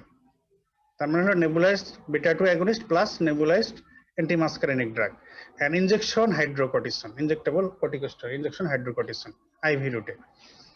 এই দিয়ে যদি কন্ট্রোল হয়ে যায় ওকে, তো কন্ট্রোল না হলে প্রয়োজনে আবার nebulized salbutamol and ipratropium এটা রিপিট করা যায়, 15-20 মিনিট পর পর এটা রিপিট করা যায়, নেবুলাইজেশন রিপিট করা যায়। আর এইসব ড্রাগ রুটিন ড্রাগ দিয়ে কন্ট্রোল না হলে সাম আদার ড্রাগস আছে যেগুলো ইউজ করার অপশন আছে, যেমন ইনজেকশন অ্যামাইনোফাইলিন, আমরা এই জ্যানথিন ডেরিভেটিভসে বলেছি ইনজেকশন অ্যামাইনোফাইলিন। এছাড়া ইনজেকশন ম্যাগনেসিয়াম সালফেট। আমি তোমাদের জেনারেল ফার্মাকোলজিতে বলেছিলাম যে রুট চেঞ্জ করলে কোনো ড্রাগের ইফেক্ট চেঞ্জ হয়ে যায়। এর একটা এক্সাম্পল হিসেবে বলা হয়েছিল ম্যাগনেসিয়াম সালফেট, যেটা লোকালি হলো অ্যাস্ট্রিনজেন্ট ইফেক্ট দেয়, স্কিনে ইউজ করলে অ্যাবসেস স্প্রেড কমায় দেয়। আর যদি ইনজেক্টেবল ইউজ করা হয় তার এটা ব্রঙ্কোডাইলেটর ইফেক্ট, আবার অ্যান্টি কনভালসেন্ট ইফেক্ট দেয়। তো এইটার কিন্তু এখন ইউজ চলে আসলো ইনজেকশন ম্যাগনেসিয়াম সালফেট। আবার ওরালি যদি magnesium sulphate liquid syrup use করা হয় তাহলে আবার ল্যাক্সেটিভ ইফেক্ট দেয়।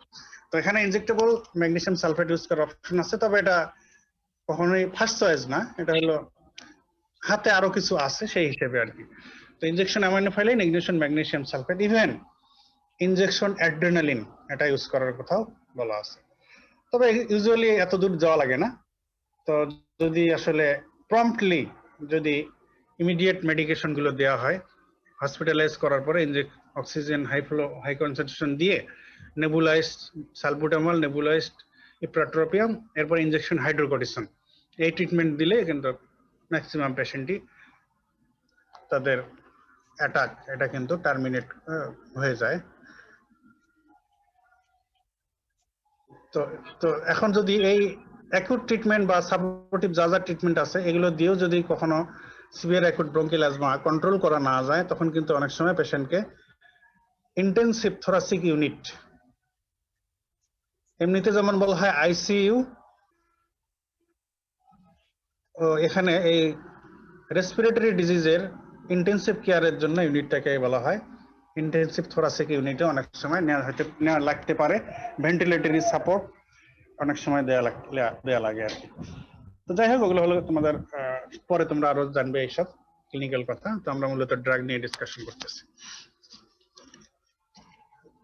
তো তাহলে আমরা ব্রঙ্কিয়াল অ্যাজমা মোটামুটি বলে ফেললাম, এবারে চলে যাই আমরা সিওপিডি তে। তো ব্রঙ্কিয়াল অ্যাজমার ক্ষেত্রে যেমন আমরা বলেছি একটা কথা যে ব্রঙ্কিয়াল অ্যাজমা যদিও অনেক সময় সিভিয়ার প্রেজেন্টেশন নিয়ে আসতে পারে, লাইফ থ্রেটেনিং হতে পারে, কিন্তু most of the cases of bronchial asthma are controllable with treatment দিয়ে কিন্তু অ্যাজমা ম্যাক্সিমাম ক্ষেত্রে কন্ট্রোল করা যায়।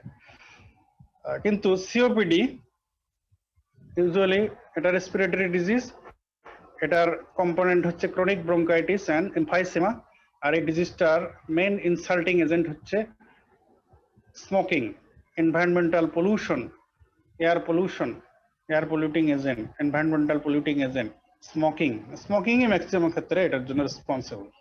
তো এবং এই সব ইনসাল্টিং এজেন্টের কারণে, এনভায়রনমেন্টাল ইনসাল্টিং ইনজুরিয়াস এজেন্টের কারণে ব্রঙ্কিয়াল ওয়াল, লাং প্যারেনকাইমা, ইভেন পালমোনারি ভাস্কুলেচার এগুলো কিন্তু মডিফিকেশন হয়ে যায়, ড্যামেজ হয়ে যায়, এবং সেটা কিন্তু প্রোগ্রেসিভ। এই ড্যামেজ হইতে হইতে এইসব পেশেন্টের একসময় পালমোনারি হাইপারটেনশন ডেভেলপ করে, রাইট হার্ট ফেইলিউর ডেভেলপ করে, কর পালমোনারি হয়ে যায়। কর পালমোনারি হয়ে গেলে পেশেন্টের কিন্তু তখন কন্ডিশন ডে বাই ডে আরো ডিটেরিয়েট করতে থাকে, তখন আর ট্রিটমেন্ট দিলেও তার খুব একটা ইমপ্রুভমেন্ট হয় না, রিলিভ হয় না। তো এই জন্য সিওপিডি কিন্তু অ্যাজমার চাইতেও ডেঞ্জারাস ডিজিজ। এই জন্য যদিও ট্রিটমেন্ট হিসেবে অনেক বলতে অ্যাজমা যেসব ড্রাগ ইউজ হয় তার অনেক ড্রাগই সিওপিডি ট্রিটমেন্টে ইউজ হয়, কিন্তু অ্যাজমাতে এইসব ড্রাগ ইউজ করে যেরকম আউটকাম আশা করি বা আমরা পাই, সিওপিডিতে ওইসব ড্রাগ ইউজ করে কিন্তু আউটকাম অত ভালো না। এর প্রগনোসিস নট সো গুড। অ্যাজমাতে যত ভালো প্রগনোসিস মেডিকেশনের, সিওপিডির ক্ষেত্রে অত ভালো না, যেহেতু এটা প্রোগ্রেসিভ ডিজিজ।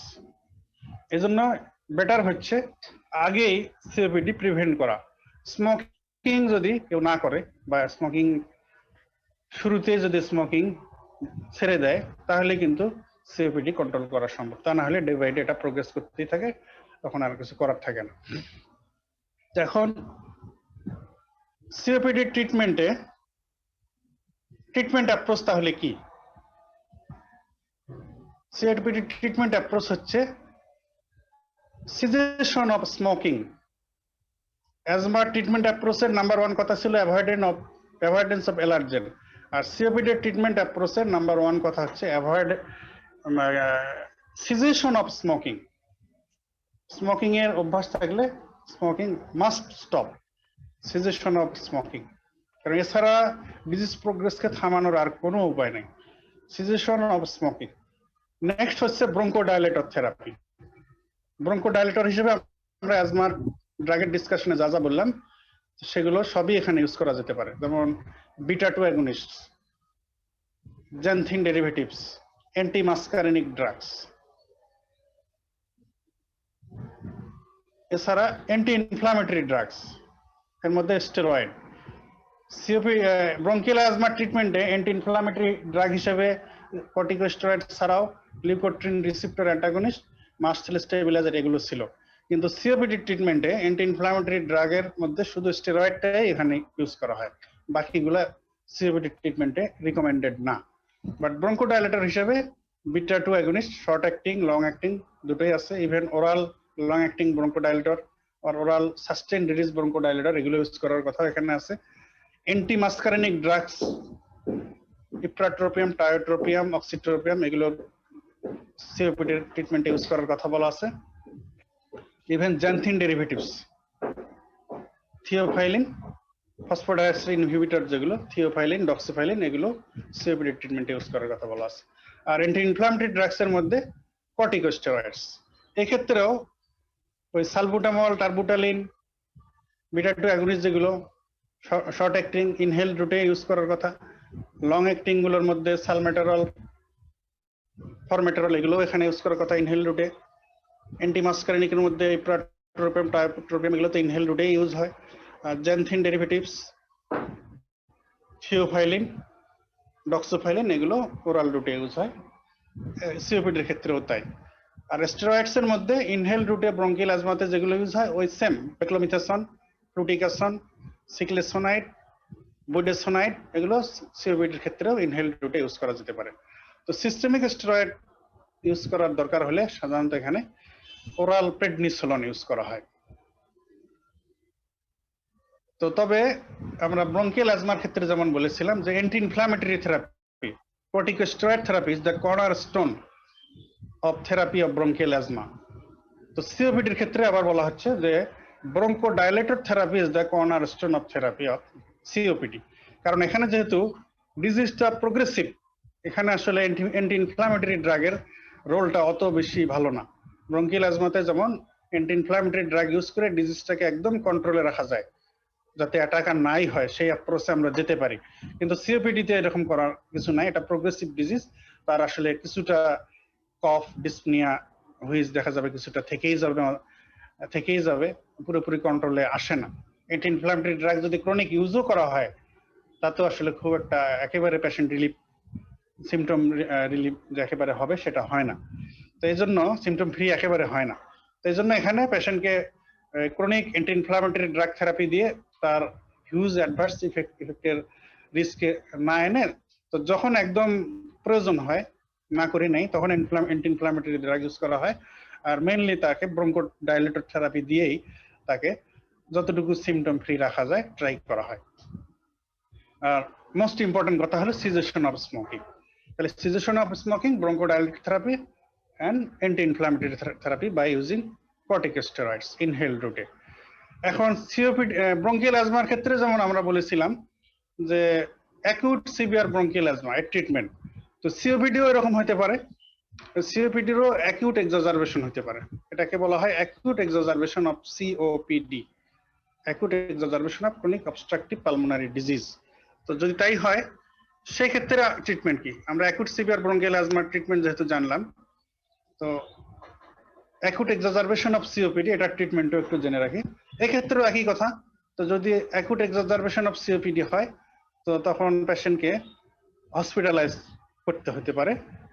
তাহলে আমরা বলি হসপিটালাইজেশন, দেন অক্সিজেন ইনহেলেশন। এখন ব্রঙ্কিয়াল অ্যাজমার ক্ষেত্রে আমরা বলেছিলাম হাই কনসেন্ট্রেশন অক্সিজেন।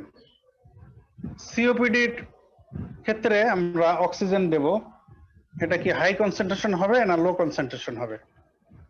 তোমাদের কি কারো আইডিয়া আছে সিওপিডির পেশেন্টকে অক্সিজেন কি ডোজে দিতে হয়? তোমরা কি লাইনে আছো? জি স্যার। হ্যাঁ বলো দেখি, সিওপিডির পেশেন্টকে, লো কনসেন্ট্রেশন। সিওপিডির পেশেন্টকে এটা মনে রাখতে হবে তোমাদের, বলতে গেলে সারা জীবনের জন্য, ডাক্তারি জীবনের জন্য, যে সিওপিডির পেশেন্টকে কিন্তু লো কনসেন্ট্রেশন অক্সিজেন দেওয়া হয়। আচ্ছা একটা কথা বলেই ফেলি, অ্যাকিউট এক্সাজারবেশনে একটু পরে আসতেছি আবার।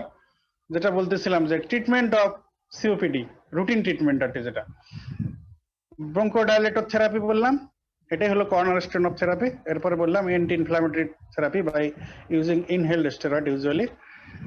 তো সিওপিডির আরেকটা লং টার্ম ট্রিটমেন্ট অনেক ক্ষেত্রেই দেওয়া হয়, সেটাকে বলা হয় এলটট, LTOT, বড় capital L, capital T, capital O, capital T, LTOT, long term domiciliary oxygen therapy.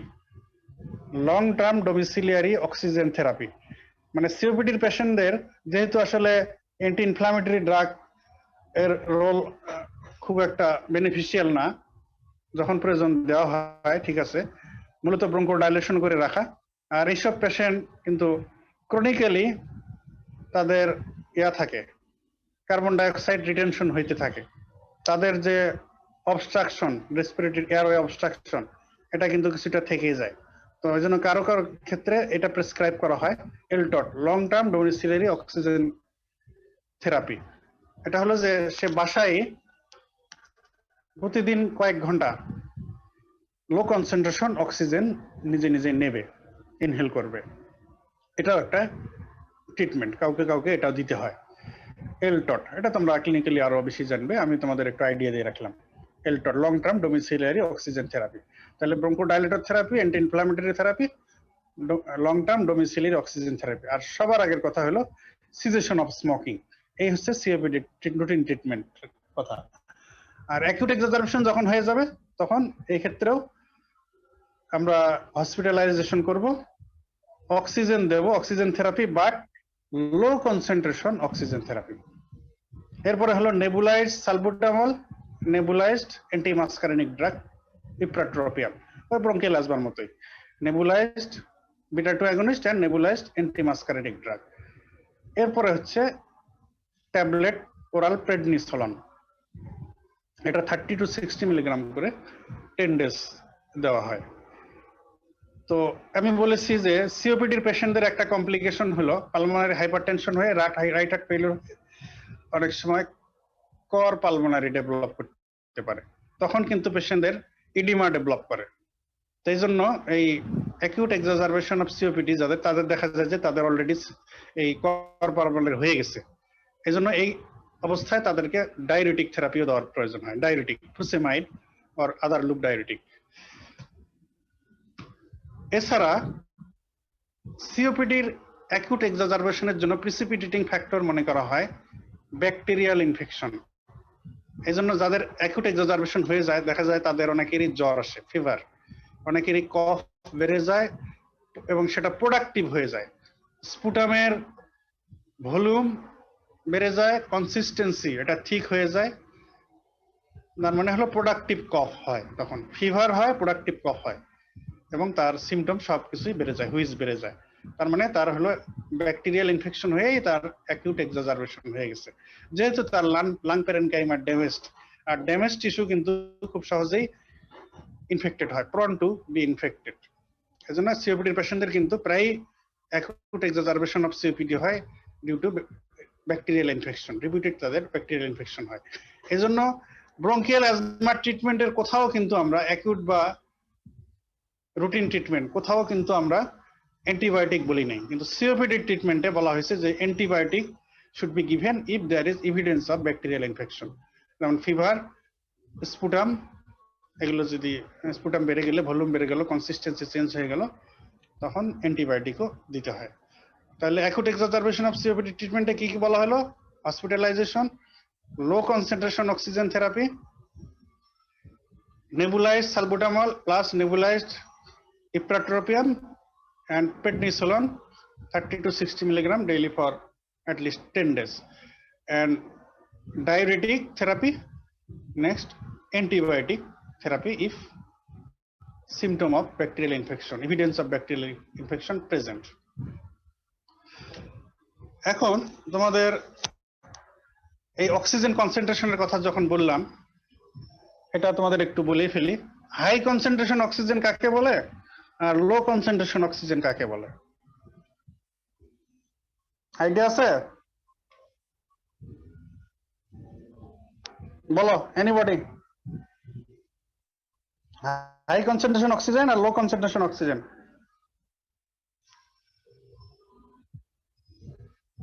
কি তোমরা লাইনে আছো না?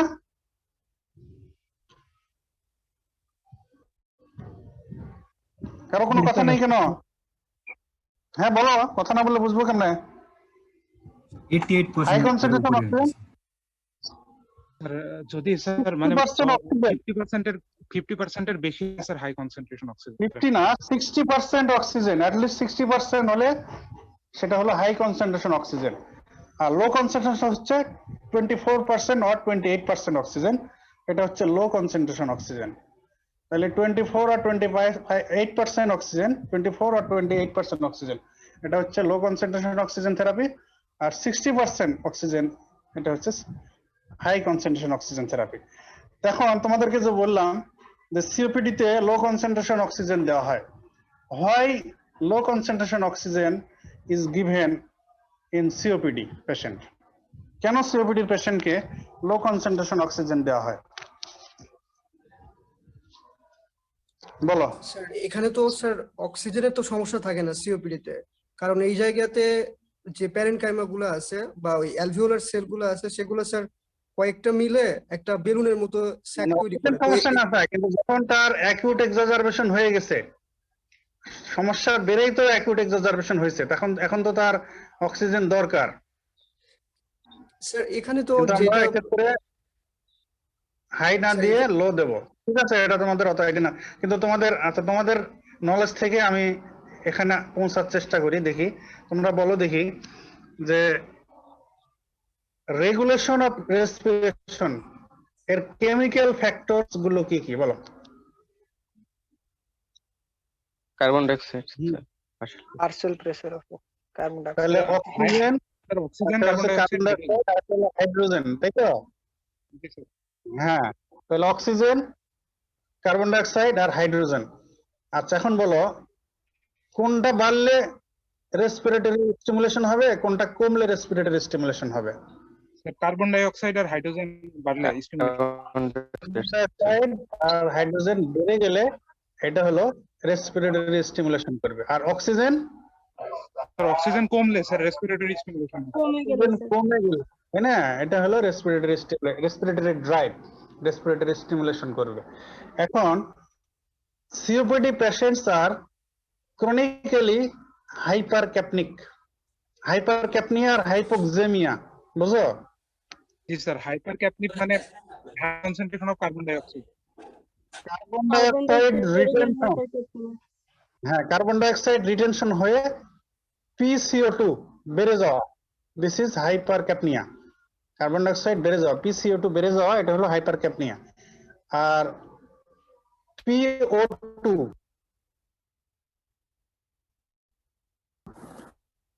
কমে যাওয়া, এটা হচ্ছে হাইপোক্সেমিয়া।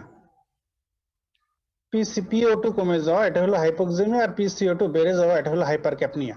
তো এই সিওপিডির পেশেন্টদের ক্রনিক্যালি হাইপারক্যাপনিয়া থাকে, যারা ক্রনিক্যালি হাইপারক্যাপনিক থাকে। তো যারা ক্রনিক্যালি কোনো একটা কন্ডিশনে এক্সপোজড হয়, এটা একটা আমাদের ইনহেরেন্ট ফিজিওলজিক্যাল অ্যাডাপ্টেশন, সে সেইটাতে আস্তে আস্তে অ্যাডাপ্টেশন হয়ে যায়, সে সেটাতে আর রেসপন্স করে না, ওটা সে সয়ে যায় আর কি, সহ্য ক্ষমতা ওটার প্রতি তার হয়ে যায়, অ্যাডাপ্টেশন হয়ে যায়, ফিজিওলজিক্যাল অ্যাডাপ্টেশন হয়ে যায়। যেহেতু সিওপিডির পেশেন্ট ক্রনিক্যালি হাইপারক্যাপনিক থাকে, তো ওই পেশেন্ট আস্তে আস্তে ওটাতে অ্যাডাপ্ট হয়ে যায়। তো হাইপারক্যাপনিয়া মানে PCO2 বেড়ে গেলেও তার আর রেসপিরেটরি স্টিমুলেশন হয় না, ওটাতে সে অ্যাডাপ্টেড হয়ে যায়। তো তাহলে হাইপারক্যাপনিয়া আর তার রেসপিরেটরি ড্রাইভ হিসেবে কাজ করে না, রেসপিরেশনকে স্টিমুলেট করতে পারে না। তো তার তাহলে স্টিমুলাস একটাই বাকি থাকে, সেটা হলো হাইপোক্সিয়া। তার মানে একটু হাইপোক্সিক সে থাকলে এটাই তার রেসপিরেটরি সেন্টারকে স্টিমুলেট করবে, রেসপিরেটরি ড্রাইভ হিসেবে কাজ করবে। তো এখন যদি আমরা এই সিওপিডির পেশেন্টকে হাই কনসেন্ট্রেশন অক্সিজেন দিয়ে হাইপোক্সিয়াকে ফুল কারেকশন করে দেই, তাহলে তার আর কোনো রেসপিরেটরি ড্রাইভ আর থাকবে না, রেসপিরেটরি স্টিমুলাসই আর থাকবে না। কারণ অলরেডি তো তার হাইপারক্যাপনিয়া, PCO2 প্রতি যে রেসপিরেটরি সেন্টারের সেন্সিটিভিটি, কেমো সেন্সিটিভিটি, অলরেডি এটা লস্ট। এখন হাইপোক্সিয়া যে একটা বাকি রিমেইনিং স্টিমুলাস আছে, রেসপিরেটরি ড্রাইভ হিসেবে কাজ করে, এটাকেও যদি আমরা হাই কনসেন্ট্রেশন অক্সিজেন দিয়ে কোনো হাইপোক্সিয়া যদি আর না রাখি, তাহলে আর রেসপিরেটরি স্টিমুলেশনই হবে না। তো তখন আরো পেশেন্টের রেসপিরেটরি ডিটোরিয়েশন হবে, আরো হাইপোভেন্টিলেশন হবে। হাইপোভেন্টিলেশন হইলে, ভেন্টিলেশন কম হইতে থাকলে কার্বন ডাইঅক্সাইড রিটেনশন আরো বাড়তে থাকবে, রেসপিরেটরি অ্যাসিডোসিস আরো বাড়তে থাকবে, পেশেন্টের কন্ডিশন আরো খারাপ হইতে থাকবে, পেশেন্টের কন্ডিশন আরো ডিটেরিয়েট, ক্লিনিক্যালি আরো ডিটেরিয়েট করতে থাকবে, ইভেন CNS ডিপ্রেশন হয়ে যেতে থাকবে। এই জন্যই সিওপিডির পেশেন্টকে লো কনসেন্ট্রেশন অক্সিজেন দিতে হয়, যাতে তার রেসপিরেটরি ড্রাইভ হিসেবে যে হাইপোক্সিয়া এটা কিছুটা থেকেই যায়। So low concentration oxygen is used in treatment of COPD patient. Okay, আচ্ছা তাহলে সিওপিডি মোটামুটি এই পর্যন্তই শেষ করি।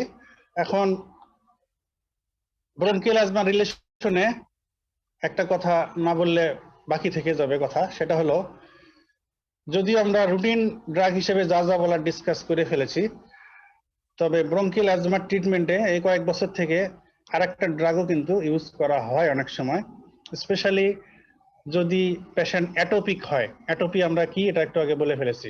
অ্যাটোপিক ইন্ডিভিজুয়াল যদি হয়, তার অ্যাজমার নেচারটা যদি আসলে ট্রুলি অ্যালার্জিক হয়, অ্যালার্জেনের এক্সপোজার থেকেই তার এই অ্যাজমা হয়েছে, এটা যদি প্রুভ হয় এবং দেখা যায় রুটিন যেসব ড্রাগ ইউজ করার কথা সেগুলো ইউজ করেও অ্যাজমাকে ফুল কন্ট্রোলে রাখা যায় না, সেক্ষেত্রে এডিশনাল ড্রাগ হিসেবে এই কয়েক বছর থেকে আরো একটা ড্রাগ ইউজ করা হয়, NTIGE monoclonal antibody. NTIGE monoclonal antibody, example omalizumab. MAB পিছনে থাকা মানে হলো মনোক্লোনাল অ্যান্টিবডি। তো NTIGE মনোক্লোনাল অ্যান্টিবডি, এটার এক্সাম্পল হচ্ছে, নাম হচ্ছে ওমালিজুমাব। তো এটা কিন্তু অ্যাটোপিক ইন্ডিভিজুয়ালে অ্যালার্জিক অ্যাজমার ক্ষেত্রে অ্যাজমার সিভিরিটি কমার জন্য স্টেরয়েড স্পেয়ারিং এজেন্ট হিসেবে এটা ইউজ করলে অনেকে দেখা যায় স্টেরয়েড ইউজ করার প্রয়োজন কন্ট্রোল। তো এই পারপাসে আইভিই মনোক্লোনাল অ্যান্টিবডি ওমালিজুমাব এটা ইউজ করা হয়। আচ্ছা, এই ওমালিজুমাব কোন রুটে ইউজ করা যেতে পারে বলো দেখি? Injection sir. বলো, আমাদের নলেজ থেকে বলো। যদিও এটা আমি কোনো ক্লাসে এটা কিন্তু বলেছি, তোমরা বুঝে থাকলে এটা বলতে পারার কথা। IgE anti IgE monoclonal antibody omalizumab কোন রুটে এটা ইউজ করা যাবে? IV sir. আচ্ছা, আইভি বলছো? Injection route sir. হ্যাঁ, ইনজেক্টেবল। আর কে কি বলবো বলো? ওরালি ইউজ করা যাবে না? ওরালি ইউজ করা যাবে কি না বলো? So na. Why? So antibody is protein. Antibody তাতে কি? So protein. ডাইজেস্ট হয়ে যাবে sir, So gastric. denaturation of protein হবে stomach এ। এই তো ফলো করতে পেরেছো। যেমন ইনসুলিনের ক্ষেত্রে আমরা ফ্রিকোয়েন্টলি কোশ্চেন জিজ্ঞেস করি পরীক্ষায় আসে যে ইনসুলিন কেন ওরালি দেওয়া যায় না? যেহেতু প্রোটিন অর পলিপেপটাইড যাই বলি, ওরালি দিলে এটা ডাইজেস্ট হয়ে যাবে, হয়ে গেলে তার কিছুই থাকবে না, অ্যাকশনও হবে না। তো অ্যান্টিবডি গুলো তো প্রোটিন, ইমিউনোগ্লোবুলিন, তো যেহেতু মনোক্লোনাল অ্যান্টিবডি তার মানে তার প্রোটিন, তো ওরালি দিলে ডাইজেস্ট হয়ে যাবে, এটা তো আর কোনো অ্যাকশন থাকবে না। এই জন্য অবশ্যই দে শুড বি ইউজড প্যারেন্টারালি। তবে এই ওমালিজুমাব ইউজ হয় হচ্ছে সাবকিউটেনিয়াসলি, প্যারেন্টারালি তো বটে, এটা সাবকিউটেনিয়াসলি ইউজ করা হয়, সাবকিউটেনিয়াসলি। ঠিক আছে, তাহলে এটা মনে রাখো, কেউ যদি বেশি ইন্টারেস্ট নিয়ে এটা পর্যন্ত যেতে পারেন। আচ্ছা, আর একটা কথা বলে আজকে তোমাদের ক্লাস শেষ করে দেব, সেটা হলো যদি তোমাদের এটা ক্লিনিক্যালি বেশি লাগবে তো আমি একটু আইডিয়া জাস্ট দিয়ে রাখি। একটা কথা বলেছিলাম যে ব্রঙ্কিয়াল অ্যাজমার ট্রিটমেন্টের ক্ষেত্রে step wise treatment of bronchial asthma আছে। স্টেপ 1 2 3 4 5, ইভেন কোথাও কোনো গাইডলাইনে 6ও বলা হচ্ছে। তো স্টেপ 1 আমরা বলেছি যে অ্যাজমার ট্রিটমেন্ট ফার্স্ট স্টেপ শুরুই হয় ইনহেল বিটা 2 অ্যাগনিস্ট দিয়ে অ্যাজ রিকোয়ার্ড বেসিস। মানে যাদের খুবই মাইল্ড সিমটম, মাঝে সাঝে কখনো কখনো মাসে একবার দুইবার বা 2 সপ্তাহে একবার দুইবার হয়, তাদের ক্ষেত্রে জাস্ট যখন ব্রঙ্কোস্পাজম হবে, হুইজ হবে, শুধু সেই টাইমটাতে সে ইনহেল সালবুটামল ইউজ করবে, বাস। যখন সিমটম নাই আর দরকার নাই, অ্যাজ রিকোয়ার্ড বেসিস, এসওএস। এটা হলো স্টেপ 1। তো যার এতটুকুতেই সিমটম কন্ট্রোল থাকবে না, তার ট্রিটমেন্ট চলে যাবে স্টেপ 2 তে। স্টেপ 2 তে inhale beta 2 agonist as required basis, এটা তো থাকবেই, প্লাস এডিশনাল ড্রাগ হিসেবে ইনহেলড কর্টিকোস্টেরয়েড এটা ইউজ করা হয়। তো যদি কারো ইনহেল কর্টিকোস্টেরয়েড লো ডোজ দিয়ে কন্ট্রোল হয়, লো ডোজই কন্টিনিউ করতে হবে রেগুলার মেডিকেশন হিসেবে। আর যার লো ডোজ দিয়ে কন্ট্রোল হবে না, তো নেক্সট অপশন হচ্ছে স্টেরয়েড হাই ডোজে, ইনহেলড স্টেরয়েড হাই ডোজে দিয়ে দেওয়া। ওকে, এরপরে এত যার কন্ট্রোল না হবে চলে যাবে ট্রিটমেন্ট স্টেপ 3 তে। স্টেপ 3 তে হলো কি যে স্টেপ 2 পর্যন্ত যা যা দেওয়ার ছিল, inhale beta 2 agonist as required basis plus inhale steroid, এটা তো থাকলোই। তো যদি এটা দিয়েও কন্ট্রোল না হয়, লো ডোজ স্টেরয়েড দিয়ে কন্ট্রোল না হয়, তাহলে স্টেরয়েডকে হাই ডোজে দিয়ে দেওয়া হলো, অথবা আদার এজেন্ট যেমন লিউকোট্রিন রিসিপ্টর অ্যান্টাগনিস্ট অথবা জেনথিন ডেরিভেটিভস, এগুলো যোগ করার কথা বলা হলো, এর যে কোনো একটা। তাহলে inhale salbutamol, inhale corticosteroid in high dose plus leukotriene receptor antagonist, xanthine derivatives or leukotriene receptor antagonist, এগুলোর যে কোনো একটা, leukotriene receptor antagonist or xanthine derivatives, এর যে কোনো একটা। আর স্টেপ 4 এ হলো এডিশন অফ 4 ড্রাগ, অলরেডি 3টা ড্রাগ আমরা স্টেপ 3 তে ইউজ করছি, inhale salbutamol or beta 2 agonist as required basis plus routine use of inhale corticosteroid plus routine use of either xanthine derivatives or leukotriene receptor antagonist. এখন কিন্তু leukotriene receptor অ্যান্টাগনিস্টটাই বেশি prefer করা হয়। তো এগুলো এই তিনটা গ্রুপের ড্রাগ দিয়েও যদি কন্ট্রোল না হয়, তাহলে স্টেপ 4 হচ্ছে এডিশন অফ ফোর্থ ড্রাগ বলতে স্টেপ 3 তে যে তিনটা গ্রুপের ড্রাগ ইউজ করা হয়ে গেছে সেগুলো বাদ দিয়ে আর যে গ্রুপ আছে সেটাকে অ্যাড করা। যেমন আমরা ইনহেল সালবুটামল, ইনহেল কর্টিকোস্টেরয়েড এর সঙ্গে যদি লিকোট্রিন রিসেপ্টর অ্যান্টাগনিস্ট মন্টেলুকাস্ট যদি আমরা স্টেপ 3 তে ইউজ করে থাকি, তাই স্টেপ 4 এ গিয়ে আমরা ওগুলোর সঙ্গে অ্যাড করব জ্যানথিন ডেরিভেটিভ, তাহলে 4 নাম্বার ড্রাগ অ্যাড করা হলো। তো কারো যদি এই 4 ড্রাগ পর্যন্ত 1 2 3 4 চারটে গ্রুপের ড্রাগ ইউজ করেও অ্যাজমা কন্ট্রোল করা না যায়, তখন ট্রিটমেন্ট চলে যাবে স্টেপ 5 এ। স্টেপ 5 এ হবে কি, স্টেপ 4 পর্যন্ত যে 4টা গ্রুপ অ্যাড করা হয়েছে সবগুলো থাকবে, সাথে যোগ হবে ওরাল প্রেডনিসোলন। ওরাল প্রেডনিসোলন মানে সিমটম কন্ট্রোল করার জন্য যত ডোজ দেওয়া লাগে দেওয়া হবে, তবে সিমটম কন্ট্রোল হয়ে গেলে যত তাড়াতাড়ি সম্ভব আবার টেপার করে মিনিমাম ইফেক্টিভ ডোজে চলে আসতে হবে, যেহেতু স্টেরয়েডের অনেক অ্যাডভার্স ইফেক্ট।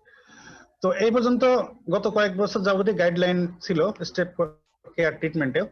এখন যেহেতু এই যে এখনই যেটা বললাম অ্যান্টি আইজি মনোক্লোনাল অ্যান্টিবডি, এটারও যেহেতু অনেক এটার ইউজ করার কথা এখন রিকমেন্ডেশনে আসছে, সেজন্য কোনো গাইডলাইনে এখন এটাও অ্যাড করা হয়েছে যে যদি এইসব দিয়েও কন্ট্রোল না হয় তাহলে স্টেপ 6 হিসেবে ওই স্পেশালি পেশেন্ট যদি অ্যাটোপিক হয়, অ্যালার্জিক হয় আর এইসব ট্রিটমেন্ট দিয়ে কন্ট্রোল না হয় এবং পেশেন্ট অ্যাফোর্ড করতে পারে, এটা আবার একটু কস্টলি ট্রিটমেন্ট, যেহেতু monoclonal antibody costly expensive treatment, যদি পেশেন্ট অ্যাফোর্ড করতে পারে তাহলে স্টেপ 6 হিসেবে আইজিই মনোক্লোনাল অ্যান্টিবডি ওমালিজুমাব সাবকিউটেনিয়াসলি এটা দেওয়া যেতে পারে। এই হলো step care approach of treatment of bronchial asthma. তবে এর মানে কিন্তু এই না যে অ্যাজমা যত সিভিয়ারই হোক আমরা স্টেপ 1 দিয়ে শুরু করব ট্রিটমেন্ট। এটা হলো ক্লিনিক্যালি পেশেন্ট অ্যাসেস করতে হবে যে এখন পেশেন্টের প্রেজেন্টেশন যেমন, তাতে তার কোন স্টেপের ট্রিটমেন্ট লাগবে।